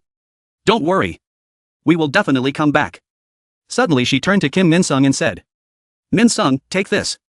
Kim Minsung was also confused. Unexpectedly, he didn't understand what was happening. He asked. Ah. Garam then took out a phone and told him that we would be in touch, so take care of everyone for now. Kim Minsung replied. Ah. Kim Minsung said. I can't do it. His words surprised Garam. She asked back. What? Kim Minsung said confidently. I'm fine, so many people died because I'm not a hero. Kim Minsung confided honestly. I only continued with that lie because I was afraid. Actually, I was just an ordinary person thinking about running away. Garam opened his eyes wide but was surprised by Kim Minsung's words. Garam asked. Who was it? Who ran to that place immediately? Hearing the scream, he ran out. Kim Minsung said hesitantly. That. Garam continued. He must have said it out of fear, but he didn't run away. She entrusted the machine. Protect everyone. Until I return. She added. You are still the hero of this village. Suddenly a voice came from behind. That's right. Every day before, you protected the village, it was like because of you that we were able to live until today. Kim Minsung said emotionally. Everyone. Suddenly. He turned away. Tell everyone. Wait a minute. Garam called out. Where are you going? Still sad? Blue sky. Garam turned back and saw Kim Minsung. She said. Ah. You're back? Where are you going? Kim Minsung took Garam's hand. Determinedly said. Kim Minsung. No, the village hero will protect the people. Garam was stunned by his cheerful attitude. What? He finished speaking and walked towards the villagers. He spoke loudly. Everyone, let's think about where we can live. The villagers cheered happily. Garam was also surprised at that moment. She thought to herself. What is this? Multiple personalities? Looking at Kim Minsung's cheerful face, I thought. It's better than seeing him in pain and despair. Okay. A pair of legs ready to move. All the villagers cheered happily with Kim Minsung. Garam smiled happily. Kim Minsung's face began to brighten. Light shines on hair. A figure immersed in a sea of flowers and sunlight. The blue sky was engulfed in black streaks. Lee Kyung put on his hat and stood there with his arms crossed. The three of them, Onmiri, Garam and Dongo, walked over. Onmiri was still supporting Garam. Even though he was injured, Garam's face was bright and cheerful. Lee Kyung smiled brightly. From the moment they found the Ringi flower, the suicide squad changed a lot. Basic needs like clothing and food in the village, they found a lot of resources. Among those rescued from the farm, we also received help from a professor at the Institute of Construction Production. And made improvements, including using defensive weapons. People also began to practice military training. To effectively utilize the remaining resources, divide labor and economic activities. We have also set up a key decision-making body. Soon enough. Time flies. A mysterious person said, everyone has been doing very well lately. Looking at the crowd, the mysterious person said that everyone's efforts over the past few months would definitely not disappoint everyone. That person ordered, from today onwards. The mystic continued, and for the next 7 days. That mysterious person is Lee Kyung, she ordered, we will occupy Changwon. The sky is blue. Just then, on Oro Island. A figure sat hunched over, holding masks in his hands, speaking in a cold voice, coming to capture slaves, now Oro Island is gradually disappearing. The mysterious man said, what the hell happened there? Alarm system, Oro Island was destroyed. Fourth Guardian Nadef was surprised, what? What about Rishuru? Yer said through the walkie-talkie, God knows, now that Oro Island has become like this, isn't he going to die too? This is big trouble. Nadef asked again, do we need to attend the leaders' meeting? In any case, I still want to continue the experiment. Yer said, no, don't report to Turate. Nadef on the other side said, what? Turate will be furious if he finds out, can she bear the consequences? Yer threw away the walkie-talkie, she said, that's it. Looking at the red bar at her feet, she said, She stabbed her sword into the ground, she said, it has been 4 years since this pure land she saw its first ray of dawn. It has been a long time since I awakened in this state. Emitted countless powerful golden lights, she affirmed firmly, this is a great opportunity for me to show off this artistic talent that has been covered in dust. In the sound system, I have no opinion but don't target me for those fireworks. Ji So Chai is back too, she was attacked by humans. Yer said, oh, what? The captain of an army like that. She asked again, where is that child? Yer asked again, Song-san, which direction is it? Oh my, I hope I won't be disappointed. Across the city it was night, a voice broke the silence. Alright, let's go. The pretty MC gave the signal, let's start the third combined training session, let the flag capture battle begin. She continued, the rules remain the same, Myri team red flag. Rishuru team blue. The MC continued, Myri team and Rishuru team, whichever team captures the flag first will win. On Myri looks like a player, still calm. Rishuru was elated, I get to fight my master, oh my god. The MC girl's voice rang out once more, who will win this round? The MC excitedly continued, the winner's prize will be a bag of shrimp crackers from Oro Island. She introduced and will now introduce the honorable captain of each team. Myri team captain, Kyuho. Rishuru team captain, Hoyoung. MC shouted, tell us are you ready? I, Hoyoung, used to be a full-time elementary school teacher. Even though I couldn't fulfill my wish then, I will pursue my new dream here to the end. After hours of analysis, I have come up with the best strategy and tactics. My final mission is to make their confidence rise strongly, including Myri's. Hoyoung was full of energy, he raised one hand into a fist and said, we will do it, because we are all shining, brilliant talents. He continued, let's go, the shrimp crackers will be ours. His entire team was extremely happy. The fighting spirit had been raised, hoo-hoo, the captain is the best. The spirit was so strong that the opposing team's captain had to turn his head in admiration. Kyuho, not wanting to be outdone, told his teammates, we will be the winning team because we shine much brighter than them. Neither of the captains were willing to give up. Hoyoung said, hey Kyuho, you're just copying me like a coward, you guys always win just because Myri's on your team. Kyuho angrily said, there's no cowardice in competition and stop staring at the shrimp crackers. That's ours. The MC girl was still very excited. She raised a fist and said, okay everyone, it looks like everyone is ready. So let the battle begin. She shouted the command, up. They started to charge. Myri and a girl who was still very calm. The girl stood beside On Myri. She asked, Master, what should we do? On Myri didn't know who either. He asked, who? This girl was Kim Haimi, Myri's crazy fan. She seemed to understand what Myri meant.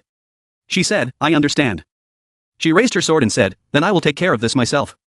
On Myri still didn't understand what was going on. He wondered, who was that? A sword strike sent the opponent tumbling. Kim Haimi fought fiercely. Someone shouted. Hey you. Kim Haimi's eyes seemed to turn cold. Rishuru was furious, his eyes blazing. He charged at Kim Haimi and shouted. Who gave you permission to call him master? Kim Haimi became colder and colder. She came out and warned. He is my master. Don't you dare interfere. Kim Haimi continued. The master is not an object. You should keep your mouth shut. You disgusting green cocoon. Rishuru's face became increasingly unsightly. He shouted. Stupid human. Arrogant. You are dead for sure. Both sides fought fiercely. Kim Hae-mi insulted him. You may still think you are the leader Rishuru, but you can't do anything to me with that body. Rishuru said. You said. That body? He was so proud. Trying to act cute. You don't understand the value of this body. The master made it especially for me. He said cheerfully. A part of the master is always inside me no matter how I try to describe this feeling. A country bumpkin like you wouldn't understand. Kim Hae-mi said contemptuously. Disgusting. Lee Kyung asked. What's going on? June replied. Oh, I've been so busy lately that I probably didn't know about this. She continued. Do you remember the sword Ringi made recently? I'm not sure about its effects. She explained further, but after distributing Ringi's sword, everyone's physical strength had increased significantly. She announced. They have become much stronger than normal people. The best news is that people awaken as superhumans. Including Kim Hae-mi. And Kim Junha is no exception. She blushed and continued, I think we need more manpower. It would help our plan, but they still aren't enough to stand up to you or Myri. She suddenly laughed out loud. Lee Kyung put his hand on his chin and thought. Everyone has improved a lot since I first taught them. There will probably be many people fighting with us on the front lines who can also come up with better plans. By the way, I didn't expect Rishuru to be more useful than I thought. I thought everyone would be scared of Rishuru. Dongo's mind was also filled with thoughts. I will catch up too. I don't want to be a burden anymore. Suddenly something fell on Dongo's head, causing him to jerk and cry out in pain. Everyone around was just like Dongo. They were extremely surprised. At this moment, an arm had already won the blue flag. The MC girl saw that and couldn't believe her eyes. She shouted, no. Immediately after that, the MC girl announced that Myri had captured the flag in just a few seconds. Today was another overwhelming victory. Myri, you're so cool. The blonde youth and Shion Nuri were so excited that they cheered in unison. Yeah, go Myri. Are you kidding? Isn't Myri herself a fraud? Why would he participate in specialized training for humans? Kim Hae-mi saw Myri win for her team and admired him very much. She exclaimed that the owner is so cool. Hearing that, Rishuru was so angry that he wanted to blow smoke out of his head. He turned around and cursed, where are you looking? I told you that day is my master, don't look at that day anymore, understand? They then tossed Myri up to celebrate their quick victory. Myri's face remained expressionless. As always, the training ended with Myri's team winning. Let's try to catch up with Rishuru's team. The MC girl's voice rang out. Lee Kyung and June stood from afar watching them. Lee Kyung spoke up, how are the trials? Hearing that, June replied a little startled. Oh that. I have tried many experiments and different methods, but it is still very difficult to find the root cause. The perfect way to die remains a mystery. Hearing that, Lee Kyung continued to ask. I'll join you today. Hearing that, June was a bit surprised. She asked curiously. Sorry, I didn't mean anything by it, but what happened? I have a special mission that requires Myri's help. Lee Kyung answered frankly. Myri was now lying down on a chair. June was sitting next to her, filling a syringe with medicine.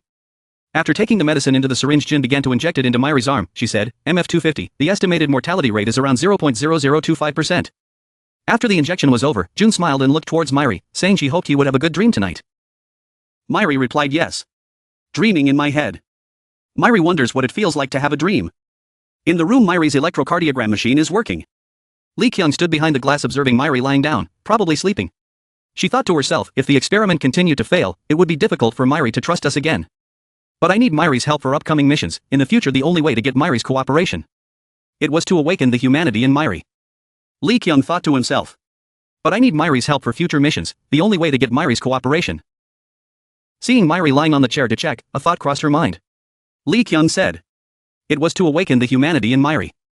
June looked at the computer screen. Her expression was calm. June started checking. Myri, do you feel anything different? Myri lay still. Eyes glazed. Myri replied. No, June said. I understand. In the lab, June stood next to Myri. She held a notebook with the test results in her hand. June said. MF250. Enter the results. There were no abnormal signs of life. Physical reactions were also normal. Through the testing process, June concluded.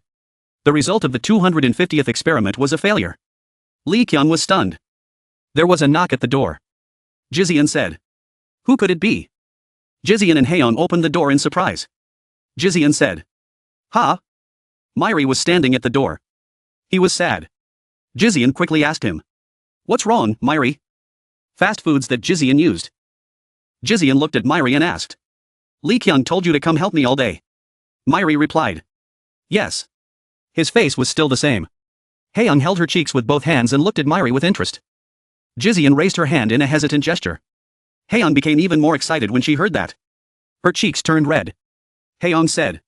Does that mean we can spend the whole day together? Lee Kyung hesitated. I don't have any plans for today. Suddenly an idea popped into her head. Jizian shouted.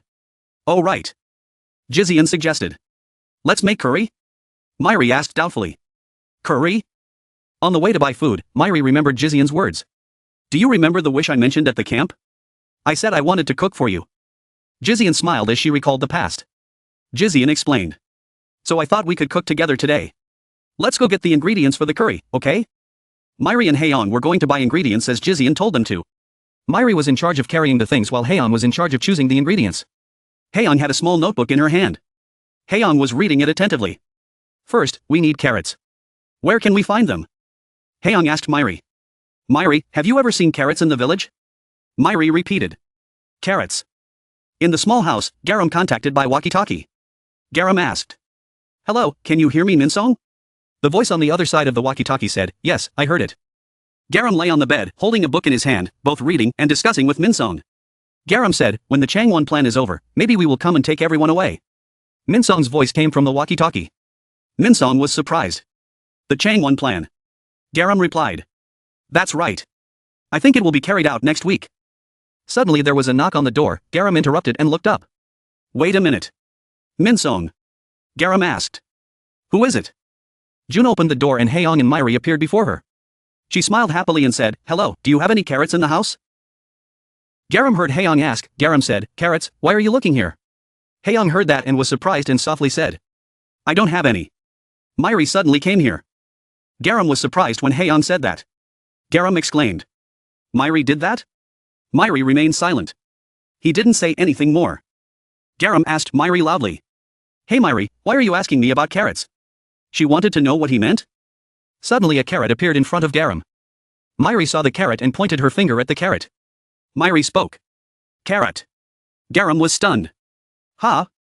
Garam saw Myri and Haeyoung's strange behavior. She felt like she was being played when Garam slammed the door. Chase them away. Garam scolded. Go play somewhere else. I'm busy. Haeyoung exclaimed. Huh? Haeyoung held a small notebook. Haeyoung was worried. We've been chased away, where can we get carrots? Myri followed silently behind her. While she was worried, she saw Jussie carrying a large sack. Haeyoung called out. Uncle, do you know where there are carrots? Jussie turned around and saw her. Jussie happily replied. Oh, Haeyoung? Are you talking about carrots? Haeyoung felt like she had met her savior. Haeyoung exclaimed. Oh. A garden full of carrots was right before their eyes. Haeyoung exclaimed. Carrots. Myri quickly pulled up a carrot. Haeyoung happily asked Jussie. I've been growing carrots all this time. Jussie put his hands on his hips and smiled. That's right. Because I also need to contribute to the community. I've been thinking a lot about what I should do now. Then I thought of growing carrots. Jussie stood there rubbing his bald head. Jussie said, well, it's pretty hard to grow anything here. So the only thing that can be grown is carrots. If you can, I can have them. Myri was still busy collecting carrots. When she heard that she could get carrots, her eyes lit up like stars. Haeyoung replied. Really? Jussie scratched his head shyly. Of course you guys are my saviors. Haeyoung jumped up. She was so cute spreading her arms in celebration. Haeyoung shouted. Wow, thank you. Myri started putting carrots in the bag. Despite the two of them having fun. He remained silent. Got the carrots. Carrots found. Haeyoung made a note. Haeyoung asked. Oh yeah, do you have potatoes? Jussie said. Potatoes. I didn't grow them. Haeyoung replied disappointedly. Really? Seeing her sad, Jussie suddenly thought of something. Jussie said. But I heard that there is something like a potato swimming under the sea. Why don't you go see? Haeyoung was suspicious when she heard that. Haeyoung said uncertainly. Under the sea? Haeyoung looked up at the sky. Going to the sea. In the lab, June asked. Do you have a diving suit? Haeyoung replied. Is that okay? Myri and Haeyoung were standing next to June. Haeyoung wanted to ask June for help. June asked. I think there's something that needs to be taken care of. Do you have a specific destination? Haeyoung replied innocently. The potatoes are swimming in the sea, so we want to go get some. June was skeptical. The potatoes are in the sea. Kyuho held the door. He walked in with a confused face. Kyuho spoke up. What's going on? Why does it smell like Myri is in here? Haeyoung called out. Hello. Kyuho immediately replied. Hello. Myri is really here. Jun was still looking for documents. Behind her, Kyuho was chatting with Hoyoung and Myri. Kyuho asked. What are you two doing here? Hoyoung quickly said. Oh, we're going to get potatoes from the ocean. The place Jussie was talking about. The water was very deep. Myri and Hoyoung both dived down. Hoyoung was wearing a swimsuit, she was on top of Myri. He was in charge of finding the way. Hoyoung looked around. Hoyoung exclaimed. Wow, the sea is so beautiful. I've never seen anything like this before. Kyuho also came along. He was very excited. Kyuho thought. Hee. This is the chance for me to make memories with Myri. Hoyoung exclaimed. Ah, look over there.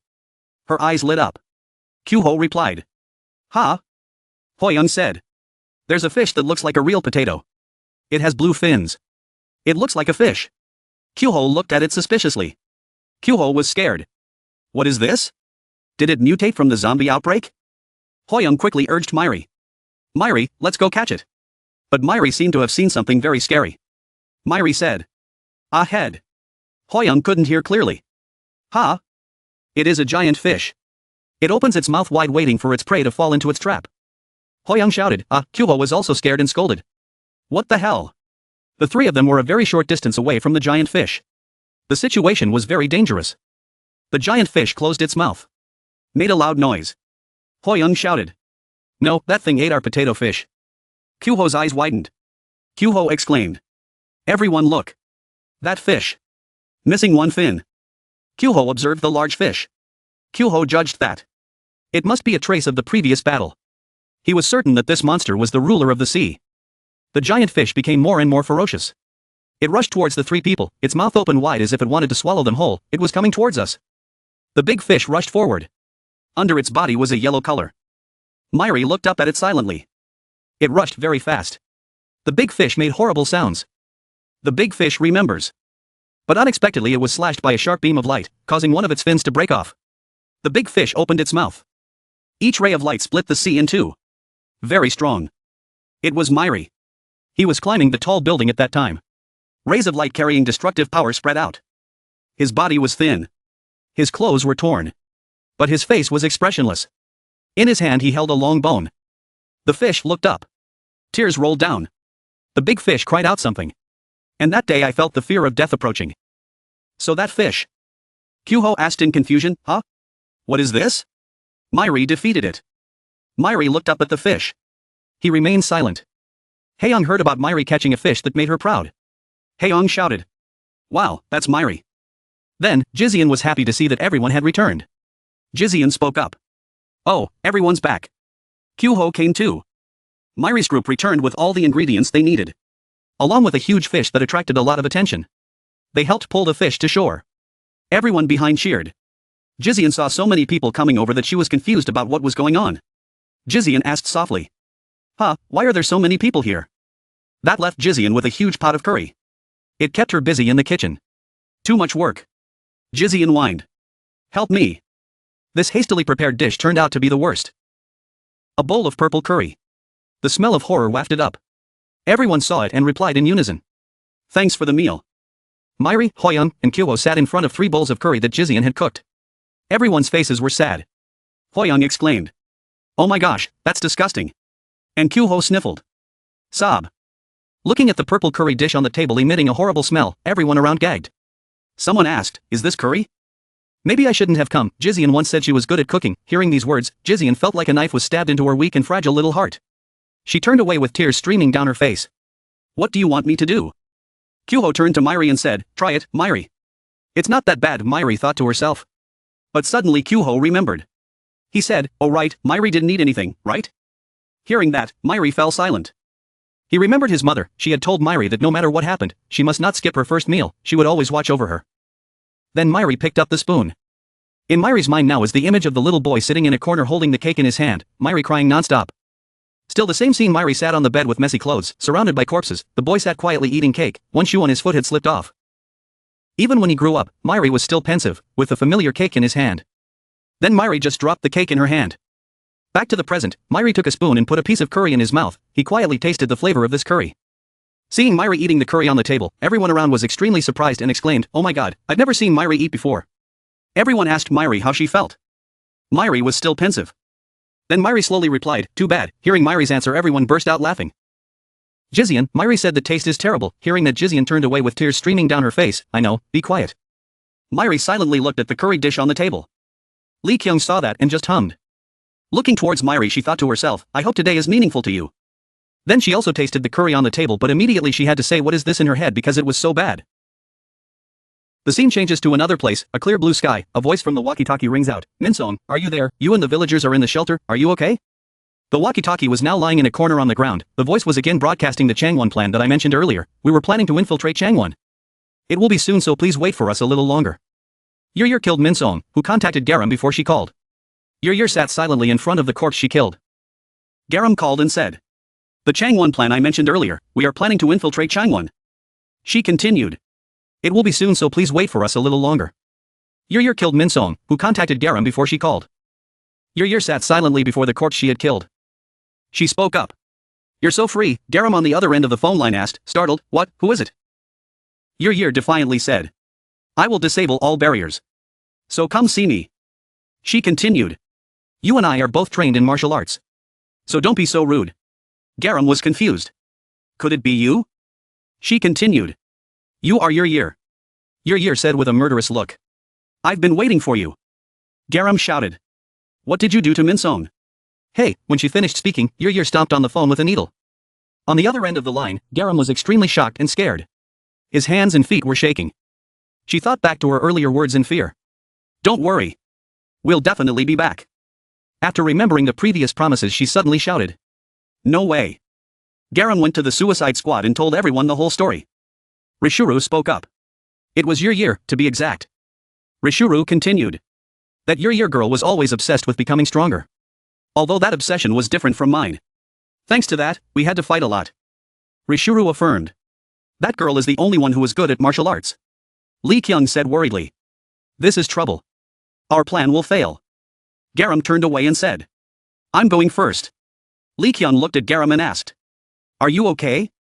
Garam answered her very calmly, but inside he was hiding pain and hatred. As Garam left, Rishuru spoke. What a surprise. Rishuru continued. She must be grieving over the deaths of the villagers. Lee Kyung replied affirmatively. Garam is not that weak. She continued. She knew how to be cleverly defensive. After Garam left the headquarters, she crushed the communicator in anger and hatred towards Yer for killing everyone in the village. Meanwhile, in the headquarters, Cheon Nuri was formulating a new plan. She tapped on the board and said, okay. Cheon Nuri turned to the plan board and said affirmatively. The original plan. Too easy to fail. She continued. Because of the lack of food and limited space, I implemented the plan as quickly as possible, but it was not a plan with a high success rate.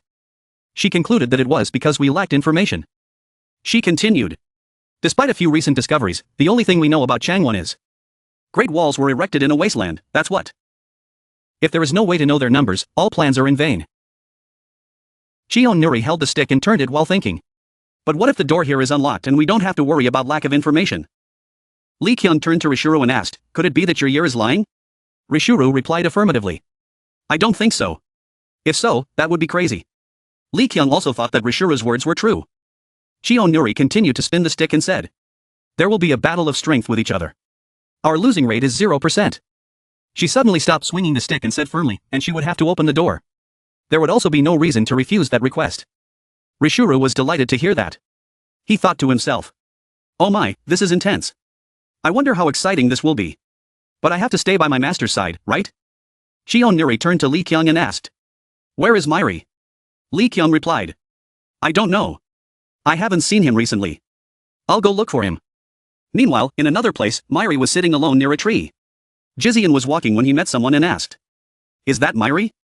Jizian asked again. What are you doing here? Myri turned around without saying a word. Seeing that, Jizian said as she ran to where Myri was sitting. I came here to throw away the curry, the one you ate yesterday. Remember? She continued crying with a resentful expression. I did a lot of research before making it. But they said it was bad. I should have known that I shouldn't have made so many. That's why I had to run around looking for a place to throw it away. Jizian looked at the uniform under Myri's thighs and wondered, isn't this a uniform? She looked at Myri and asked, by the way, why aren't you wearing it? I see everyone else wearing it. Myri replied with a cold face, I don't like wearing it. Jizian asked him again, why did you bring it with you? Myri remained silent. Seeing that, she looked at him and said, Myri, what's wrong? Myri replied, I don't know. What is Jizian asking about? He thought about what he said yesterday. Until now, I always felt empty. But yesterday. He was silent again for a moment, his eyes looking down. Myri said again, I don't know. When he finished speaking, Jizian was stunned, not understanding what was going on. He finally spoke his mind. Why was I scared, when there were so many people around? Jizian understood the problem and told Myri, he just didn't want to think that he was always looking for hope. That's why he felt scared. She continued, Myri, you don't need to worry about those things anymore. He bent down and closed himself and said, me. Jizian looked at Myri comforting him. She created memories, as if telling her mother. She laughed and said, if I only tell stories about fighting zombies, my mother will get bored of it. Jizian brought up the past stories of him having fun with everyone, the places he went and the things he did, the people he met. She continued, the conversations. And the feelings you receive, instead of the days of suffering, tell about the days you feel happy. She happily looked at Myri and said, if I were your mother, I would be very happy. Myri thought silently for a moment as she listened to Jizian's words. Then he stood up and left. After walking a distance he stopped. Myri said, that curry soup. Not too bad, he continued. As he left, Jizian sighed and chuckled happily. Somewhere, Li Qiang used his remote listening ability to hear everything the two people had just said to each other. She chuckled happily when she heard that story. Immediately after, Garam put aside all his emotions to prepare for the battle with Yer. From the ashes rose a small firecracker, a small step for mankind, taking them on a special journey. And a week later, everyone in the suicide squad was ready and had arrived here. That was Changwon, the mutant zombie training camp. When the streaks of light flashed, the monsters had already been waiting there for a long time. They had been waiting for a long time. The suicide squad appeared and they saw them and shouted. Finally, the humans arrived. The suicide squad leader asked, where is Myri? One of the squad replied. The master is flying here. Li Qiang said, if we charge at the same time, he will arrive in 12 seconds. The monsters rushed forward and ran while talking. Do you know how long we have been waiting? I have been waiting for a week. One of the monsters continued, go kill them. Yer said we don't need to leave the rest to him. Meanwhile, in Changwon's command control center. A monster contacted Yer through the loudspeaker and said, Sir Yer, the humans have appeared at the main gate. Yer was pleased. Is that so? Yer was practicing on a giant knife and laughed savagely. How long until humans pass the main gate? Well, he continued, we've already sent the commanders, so it should take at least 3 hours. Turning to the place outside the main gate of Changwon, the suicide squad and the monsters had already started fighting fiercely. One of the Changwon shouted. Go away. You low-class mutant zombies. You mongrels. There are some rituals before mealtime. It was the captain of the second squad of the Changwon defense named Ji Zhong. One of them spoke up, you'll get a stomachache if you eat too fast. Team 1. After warming up, let's start. He was the captain of Team 1 of the Changwon defense team named Alan Champalai. Another guy said, look which one of you took down Ji Sochai J. I'll beat that bastard first. And this is the leader of the defense department's experimental team named Chemical Story. Meanwhile, Li Qiang is counting down the time for Myri to appear. Count to 2, a strong stream of air gradually falls from the sky. As the stream of air fell on the monsters, Li Qiang counted to 1. The smoke cleared and a familiar back appeared. It was Myri. Li Qiang said. Very good. You are right on time, she continued. She looked at Myri and said, good luck. Myri looked at Li Qiang and replied, yes. Meanwhile in the Changwon Center, Yer was predicting 6 o'clock, 7 o'clock, no, can they get through the main gate? He suddenly stopped as if he felt a gust of air approaching. Turning to the outside of the main gate, Myri thought as she destroyed the zombies. The defense team leader Changwon and the low-level mutant zombies, a total of 336 of them, had all been destroyed. He thought again. The distance from here to the Yer control center was 3.2 kilometers. A total of 678 mutant zombies died during the journey. He flew to Yer and thought again. The time it took for the whole process to be done was. Yer was surprised to see Myri flying towards him. His eyes lit up. Myri had already reached Yer and concluded that it was 3 seconds. Yer was standing upright with one finger practiced, when suddenly he rushed towards her at lightning speed. Her eyes lit up as if she just realized something was wrong and exclaimed, huh? Who the hell is this? When did it come out? Thinking that, she immediately took his powerful punch. With his terrifying strength, he quickly punched her several meters away. Yer was agile and managed to somersault a few times and land. An ambush. She said uncomfortably. Are you the one who has been stirring her up these past few days? You've come this far? That's amazing. Myri stared at her with an unchanging expression. Seeing this, she became angry, her eyes shining with murderous intent as she said, but ambushing is unacceptable. Don't you know that this is impolite to a warrior? You got here by bypassing the mutant zombies at the main gate? How rude of you to ignore my hospitality like that. After listening, he calmly replied. They are all dead. What? But they are all the best in Changwon. I was only informed about the appearance of humans a few seconds ago. She thought in surprise. This guy, is he really that strong? He lies without blinking an eye. He tilted his head as she stared at him. Suddenly, as quick as a gust of wind, he appeared right behind her. He raised his fist and punched her straight in the face. Before she could comprehend what was happening, he blurted out something unclear.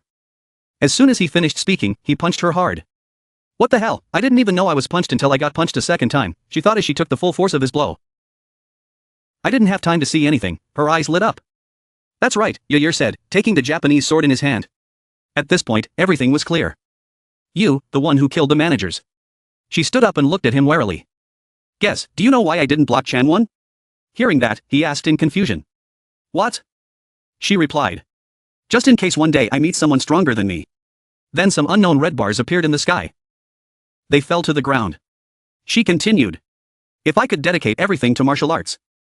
Maybe I can forget all the memories of the past. I want to forget everything. I told myself that. She swung the sword over her shoulder. The magical blade seemed to burn. With that, she turned around and went straight towards him, slashing him. The name of this move is Yut's Flame.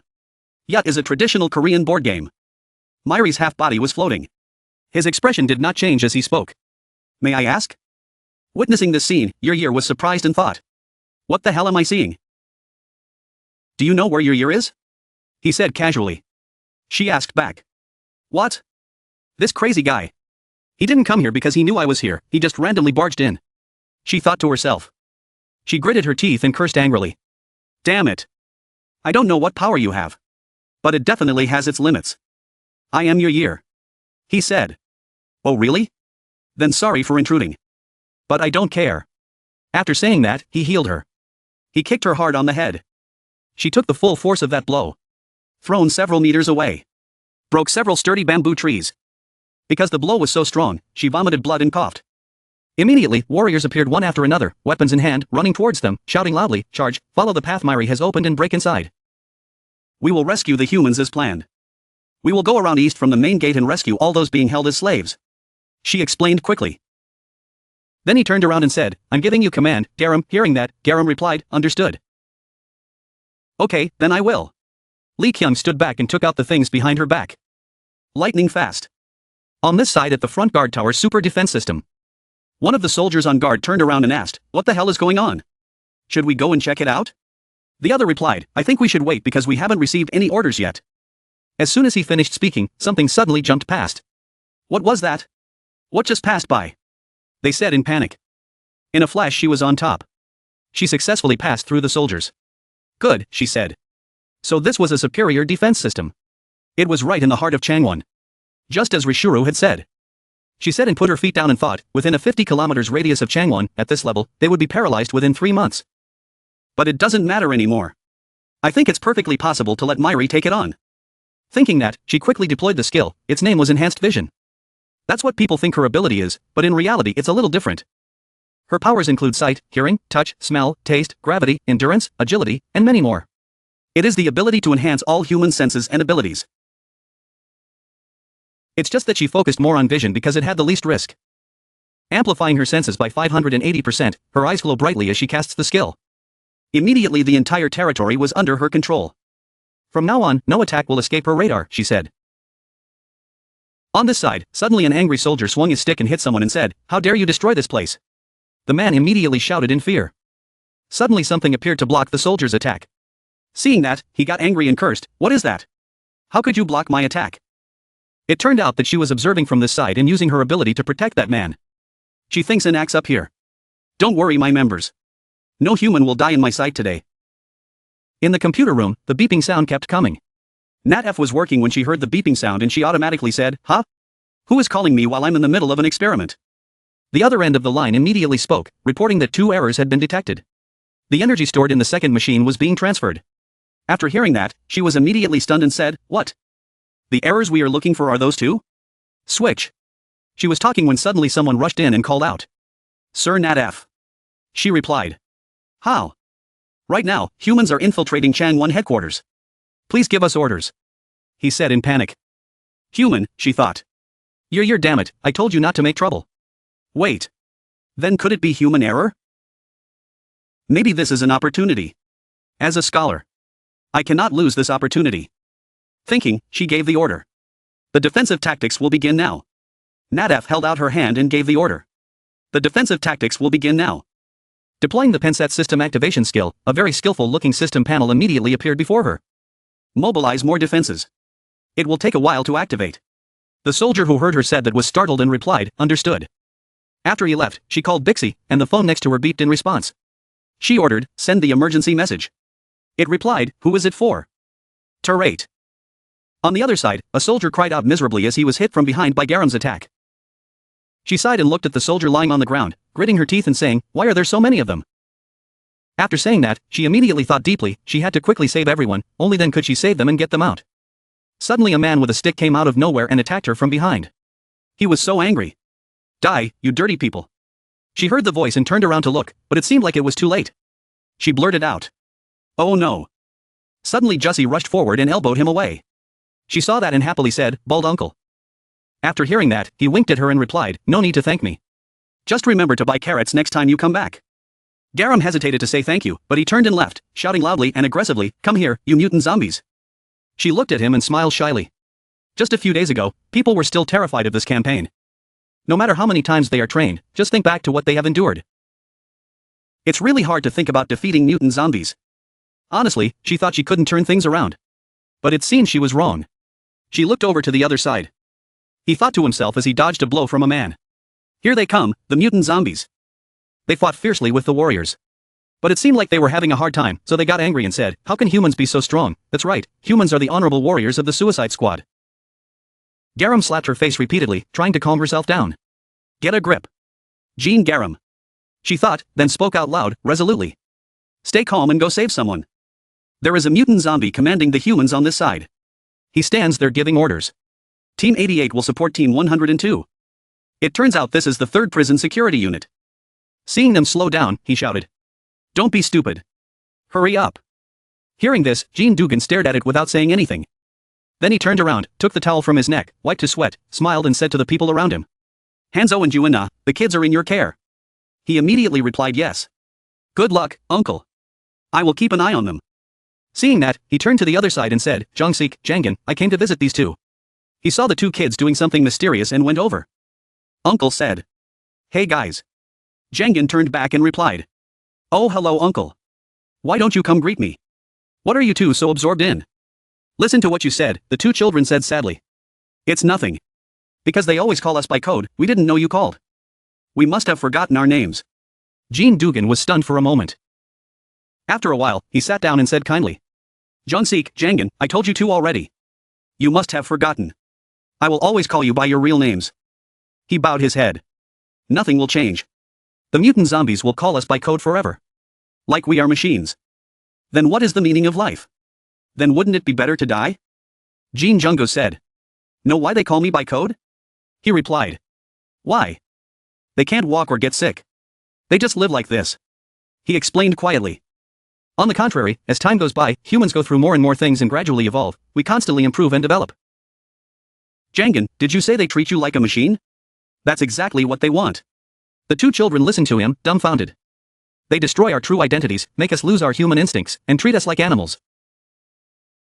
However, they are always afraid of our strength. He placed his hand on the child, probably playfully. You guys stop living such meaningless lives. Keep going until those powers are unlocked. One day, it will come. Jean Jungo said and then hugged the 2 children. The little boy hugged his uncle emotionally and called him uncle with tears in his eyes. Suddenly a loud shout appeared from somewhere, cutting through the atmosphere. Everyone come here quickly. The other children saw this and exclaimed. What, who is she? I've never seen her before. She spoke loudly again. Come with us. The others looked closely and saw her holding the head of the mutant zombie covered in blood and exclaimed in surprise. What, did she kill him? Did she kill a mutant zombie? Seeing no reaction from them, she continued. I know you have a lot of questions. But please follow me. We are here to save you. Hearing this, the children were also moved and asked each other. Should we go? Another said, what if this is a trap? Suddenly Jean Jungo jumped up and ran straight forward. Seeing that, Jangan called out, Uncle behind me. He stuck his head out to look around. Garam immediately panicked and said, "It's dangerous here. Don't come any closer." The scene before his eyes was chaotic. Humans were fighting hard against the ferocious mutant zombies. Seeing that, he turned around and said loudly, "Everyone, humans are fighting the mutant zombies. They are here to save us." Hearing that, all the children there happily ran forward shouting, "Really? Then let's go. We don't want to be slaves anymore." On this side, Jin Junggu also called the two kids on the other side. "Jungsik, Jangan. Hurry up, you two." "Yes." The kids replied. Then he turned to Garam and said, "Please take care of the children and everyone else." She was surprised and asked, "What?" "I'll go get something," he said and ran off, making her call out in panic, "Hey you." Seeing that, she opened her mouth wide and thought to herself, "I don't know who that person is, but he's so brave. Thanks to him, I was able to save everyone without any trouble." She thought and then said back, "Leave it to me. You have to hurry." Jin Junggo entered a room holding a stack of papers in his hand and thought, finally the day has come when he can read it. Suddenly above the ceiling, sand and dirt began to fall. Jin Junggo looked up in surprise, not understanding what was happening. On the other side, Nadaf gave the order. "Activate defense system, human target." Suddenly, a strange weapon emerged from the ground. Garam was startled when he saw it and said, "What is it?" Because of that strange weapon, the ceiling collapsed, and layers of dirt and rocks began to fall down. Jin Junggo looked at those things in horror, not knowing what to do. Li Kyung on this side is using all his strength to fight. Suddenly there was a big explosion on the other side, distracting her and making her turn around to look. A strangely shaped weapon flew up from that direction. It emitted a beam of light and attacked from above the ground. Wherever it appeared, several large explosions occurred. Suddenly a ray of light approached a man, causing him to scream in fear. Then she appeared in time like a hero, carrying him away from the explosion. Seeing her, he smiled shyly and said, "Thank you, Captain." Her eyes moved upward. Immediately blurted out, "What is that flying thing? Isn't it aiming at that human?" After observing for a while, she realized the energy source was from the research building. "It's Nadaf, gotta go," she muttered and turned to him. "Run, try to move inside the building." "Got it," he replied. Li Kyung thought to himself, although he really wanted to go to Nadaf, he needed to protect everyone, there was no other way. Thinking, she immediately appeared at Garam's place and called. Garam turned back to answer, then she continued, "I think Nadaf has activated. Can you take care of that side?" Garam was shocked when he heard that. "You want me to command?" She reassured him. "Don't worry, I will support you." Hearing that, Garam felt relieved and replied, "Okay," she said and immediately ran away. There was no other way. We were running out of time. "I will do my best." Li Kyung heard that and said, "Thank you." Then she recalled the map in her mind and thought, Nadafi's location would be in the research area. Suddenly from afar a weapon appeared and approached Garam. Luckily the teachers dodged it in time.